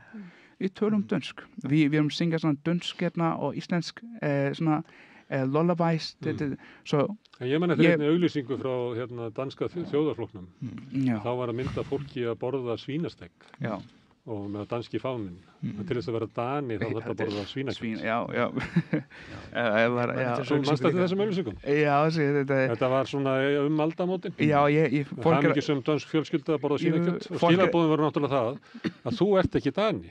Já, fólk að senda mig bacon myndur á Facebook til að sjá hvernig, til að bíða fyrir reaction frá mig. Þeir vera að senda mér svona, þegar við erum að umræði, svona bacon mynd. En sko þetta það var hvað heitir hann, hvað heitir hann prestur? Stín Skósko. Hann var að spyrja mig if Danmörku og Tyrkland í fótbolta. Viltu halda með Danmörku og Tyrkland? Ég 100% Danmörku. Ég veit ekki hvernig það, ég ekki búin að vera í Tyrklandi síðan 2016. Ég veit ekki hvernig það að lifa í Tyrklandi. Já, ég með svarta hár og ég með svona svart skegg og svona, en þetta svona andlit. En hérna Dani, og núna það kannski meira íslensk en Dani. Af því ég búin að búa í Íslandi í 11 ár og sem sagt, við þurfum að gefa pláss til alla hópar í Íslandi til að tala sjálfu sig. Við getum vera ólíkt, við getum ekki vera sammála. Ég njóta svona mikið að tala við fólk sem svo öðruvísi en mig. Ég alltaf hugsað að taka þátt í að útvarpssaga. Ég með plan kannski eftir nokkra ára að hafa umræði í útvarpssaga. Þetta svo gott og líka skemmtilegt að heyra frá fólk sem ekki sammála þig og svo getum við tala saman. Þetta sem sagt samtal. Að gefa plássi allir í samfélagi að tala. Þú leggur áherslu á inngildingu sem það að þú getur komið inn í íslenskt samfélag án þess að kasta frá þér uppruna þínum. Það munurinn á því og aðlugun sem að væri þá að þú þarft bara aðlagað í íslensku samfélagi og út frá okkur svona hugmyndum hvað íslenskt samfélagi sem þá líklega samfélagi án innflytjenda. Ég held þetta ekki inngilding, þetta integration. Inngilding þegar ég get að tala mig. Að ég get tala menning frá heimalundis mamma og pappin. Það er margir ungu fólk í Íslandi sem með andra upprunar sem með arabísku menning á heima og íslensk menning á Íslandi og eitthvað annað menning í Facebook eða social media að það svo erfitt fyrir þessu ungu fólk að navigate. Hvað ég? Og þegar það að þetta svo erfitt, spurning hver ég? Ég arabísk, ég Íslandinga? Og þegar við erum ekki að vinna með inngilding, það getum við tapað þessu unga fólk. Við erum búin að sjá það núna í Breiðholt, hvernig það gengur. Íslenski kennarar verið að hafa þessu unga fólk til að fylgja íslensk norm og á heima það bara arabisk. Svo inngilding ekki já, við þurfum að taka þessu hóp og svo kenna íslensku samfélagi, kenna hvernig það að vera Íslendinga. Nei, inngild að við getum talað saman. Já, ég Íslendinga, ég líka með suðlenska menning. Já, það með suðlenska menning, hvernig það? vi ska helst borta saman. Þú gera íslensk mat fyrir mig, ekki gera sýrlenska mat. Að það sem við gerum í Ramadan Dialogue Dinner, að það sem við gerum í kirkjuna, múslima í kirkjuna, af hverju ekki? Má ég sljóta inn einu, þið talar svolítið mikið að borða saman. Já, matmenn. Matmenn. Sem mikilvægur hluti af menningu og samskiptum. Já. Ég fæ snötu svona á Facebook svona kort og fekk daginn svona kort lönd það sem að þér líklegt að þér sé boðið upp á mat ef þú ert gestur. Og það náttúrulega í Miðausturlöndum það bara regla. Þú býður engum heimtíðin á þess að bjóða eitthvað. Einu sinni voru við svona. Já. Ég meina að ég var puttaferðalangur og ég fekk að sofa í hlöðunni en það var bara yfirleitt boðið inn. Svo þegar maður vaknaði morgunina þá voru ævintýraleg bara fermingarhlaðborð sem var verið að bjóða mann upp á. Þetta hluti okkar menningu. En ég fór það svona velta fyrir mig hvort þetta væri svona aðeins að fjara út hjá okkur. Já. Ég held að við sem að detti að verða og maður sá það í Skandinavíu og svona þá þetta eiginlega það var bara ólíklegt að kemur gestur að þessi búið upp á mat. Danir bjóður ekki heim. Nei, það mjög erfitt að komast inn á íslenskt heimili. Við erum óbáslega einhvern veginn við erum ekki þá ertu komin alveg inn, erum komin heim. Ég held að þið hafið þrísvar sem verið að vísa í eitthvað sem að annarkur að bjóða okkur öðrum að bjóða brauð saman. En það er ástæða fyrir því að það virkar. Það bara þannig. Og ég hef búin að skrifa nokkra greinar í Helsundum að þessi meira frambúða mér en eftirspurn með þessar greinar mínar. En við eigum eitthvað svo fallit myndmál á íslensku, þetta með það að setja við sama borð. Það sitja við sama borð á íslensku því það að við erum jöfn, við njótum jafnræðis og jafnréttis sem samfélag. Og ef við situm ekki við sama borð þá gengurum við skertan hlut frá borði.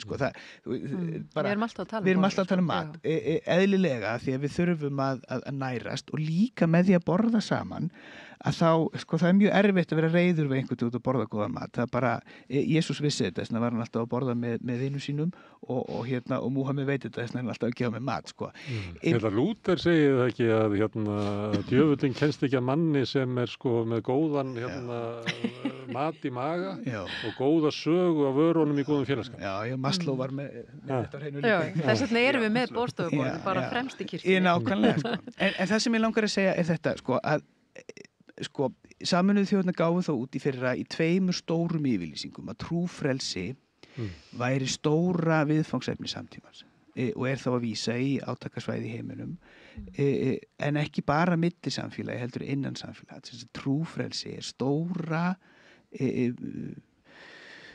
verkefni okkar á 21. öldinni. Og hvernig lítur trúfrelsi út? Ég meina það nokkra leiðir til að nálgast trúfrelsi. Það ein leið sem að segir bara við höfum trúfrelsi en þú mátt, konan því má ekki bera slæðu og ég má ekki bera kross. Það ein tegund af trúfrelsi og það er kallað trúfrelsi og svo náttúrulega til bara kommunismin sem segir við bara bönnum allt sem heitir trú. Fyrir mér þetta ekki sérlega frjálst og heldur ekkert sérlega íslenskt vegna þess að Matthildur byrjaði þetta samtal okkar á því að segja við aukum sýnileika, kvenna, hinsegin fólks, transfólks, við fræðum og svo eigum við samtal. Trúfrelsi sem er farsælt að mínu viti trúfrelsi sem byggir á jákvæðri forvitni. Það er að segja, ég það sem ég og ég stend föstum fótum í því, en Múhameð, hver þú? Og hvað eigum við sameiginlegt og hvað erum við ólík og hvað getum við eignast vináttu? Og svo þetta með ótta og traust sem það er enginn að vera bláeður hér. Það eru vandamál í heiminum og það eru vandamál á Íslandi. En hvernig tökumst við á það vandamál, aðeins að vilja gera mikið úr því sem við erum að gera í Vítalinskirkju. Við vorum með ráðstefnu fyrr í vetur sem að líka er að horfa á netinu sem að fjallaði einsemd. Og við fengum það til okkar hjúkrunarfræðing sem eru að rannsaka einsemd á Íslandi og það sýna allar tölur, alveg eins og PISA er að sýna okkur að samkenndin að minnka á Íslandi, þá er einsemd að aukast. Og hverjir eru afleiðingarnar af því ef við leyfum því að gera sem samfélag að ungur múslim í Breiðholti sem þú ert að vísa hér í, að hann fái bara vera í sinni einsemd, afskiptur, án þess að neitt rétt á töndina og segja hver þú? Allt ungt fólk þráir það að heyra þessi orð. Hver þú, fyrir hvað stendur fyrir, hverju hefur þú áhuga? Við erum að ferma þessa dagana og því líka upplifun og horfi í augun á þessu unga fólki sem bara þráir að einhver sýni þeim athygli og hafi jákvæða forvitni þeirra garð. Þannig eigum við að umgangast trúfrelsi að mínu viti. Það er að segja, trúfrelsi þekking og fræðsla en jákvæð forvitni. Jákvæð forvitni. Og ég held nefnilega að þetta sé líka lykillinn að því að vinna gegn þessari yfirráðahyggju sem þú ert að lýsa, sem að mér finnst vera að aukast, þessi yfirráðahyggja. Ég er sterkari, ég má og mér er bara sama hvað þeim sem ekki hafa rödd finnst það. Með því að iðka bara það hugrekki að tjá sig og tala saman og vera standa fyrir kærleika, jafnrétti og virðingu sem eru sameiginleg gildi nefnilega. Við eigum þessi gildi sameiginleg og á þeim getum við staðið, kristnir og múslimar. Með því að gefa fólki rödd og vægi, þá vinnum við gegn yfirráðahyggjunni sem að treður ekki bara niður útlendinga, heldur bara líka einmitt. Fólk sem stendur höllum fæti, eldra fólk, konur, börn, fátæka. Þetta er valdið sem langar bara að eignast meira og meira hér og bara drullu sama restina. Og ég vil meina að við á Íslandi, við höfum verið frekar gegn þessu valdi, hinga til. Ég veit ekki. Það margt sem bendir til þess að íslenskt samfélag allavega síðustu aldar hafi verið jafnasta samfélagi í heimi. Já, og við höfum verið, mér finnst við hafa verið stolt af því. Já, og stolt af því og ánægð með það og hugsa, hér er félagsauður, hér er, við tökum mark á fólki, við höfum ástæð til að treysta hvort öðru vegna þess að við erum að gefa öllum rödd. Og við megum ekki glutra þessu niður. Við erum að sjá alls konar hluti eins og til dæmis bara lánasjóðurinn sem var hluti af þessu að hjálpa þeim sem að koma frá efnaminni heimilum að hafa aðgengi að námi. Hann er eiginlega bara, hann virkar ekki lengur. Þannig að það er margt af því sem var byggt upp hérna síðustu öld.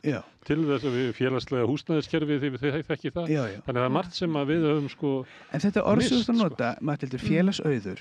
Hér erum við með mann sem er bara dæmi félagsauð sem er að vinna sjálfboðavinnu, að mentora unga kallmenn sem búa í Íslandi og vilja taka þátt í íslensku samfélagi. Þú ert ekki bara búin að læra hér á landi, þú ert að rannsaka íslenskt samfélag fyrir okkur, takk fyrir það. Félagsauður felst meðal annars í því að þessi 20% sem hingað var flutt til landsins á síðastliðnum 20 árum, það er raunverulegt tækifæri, þar er raunverulegur félagsauður. Þau fá blómstra og þar að leiðandi fáum við samfélag að njóta þeirra krafta, þeirra hæfileika. Öll græðu við á því. Allir græðu. Þetta er dæmt til þess að verða loka orðin.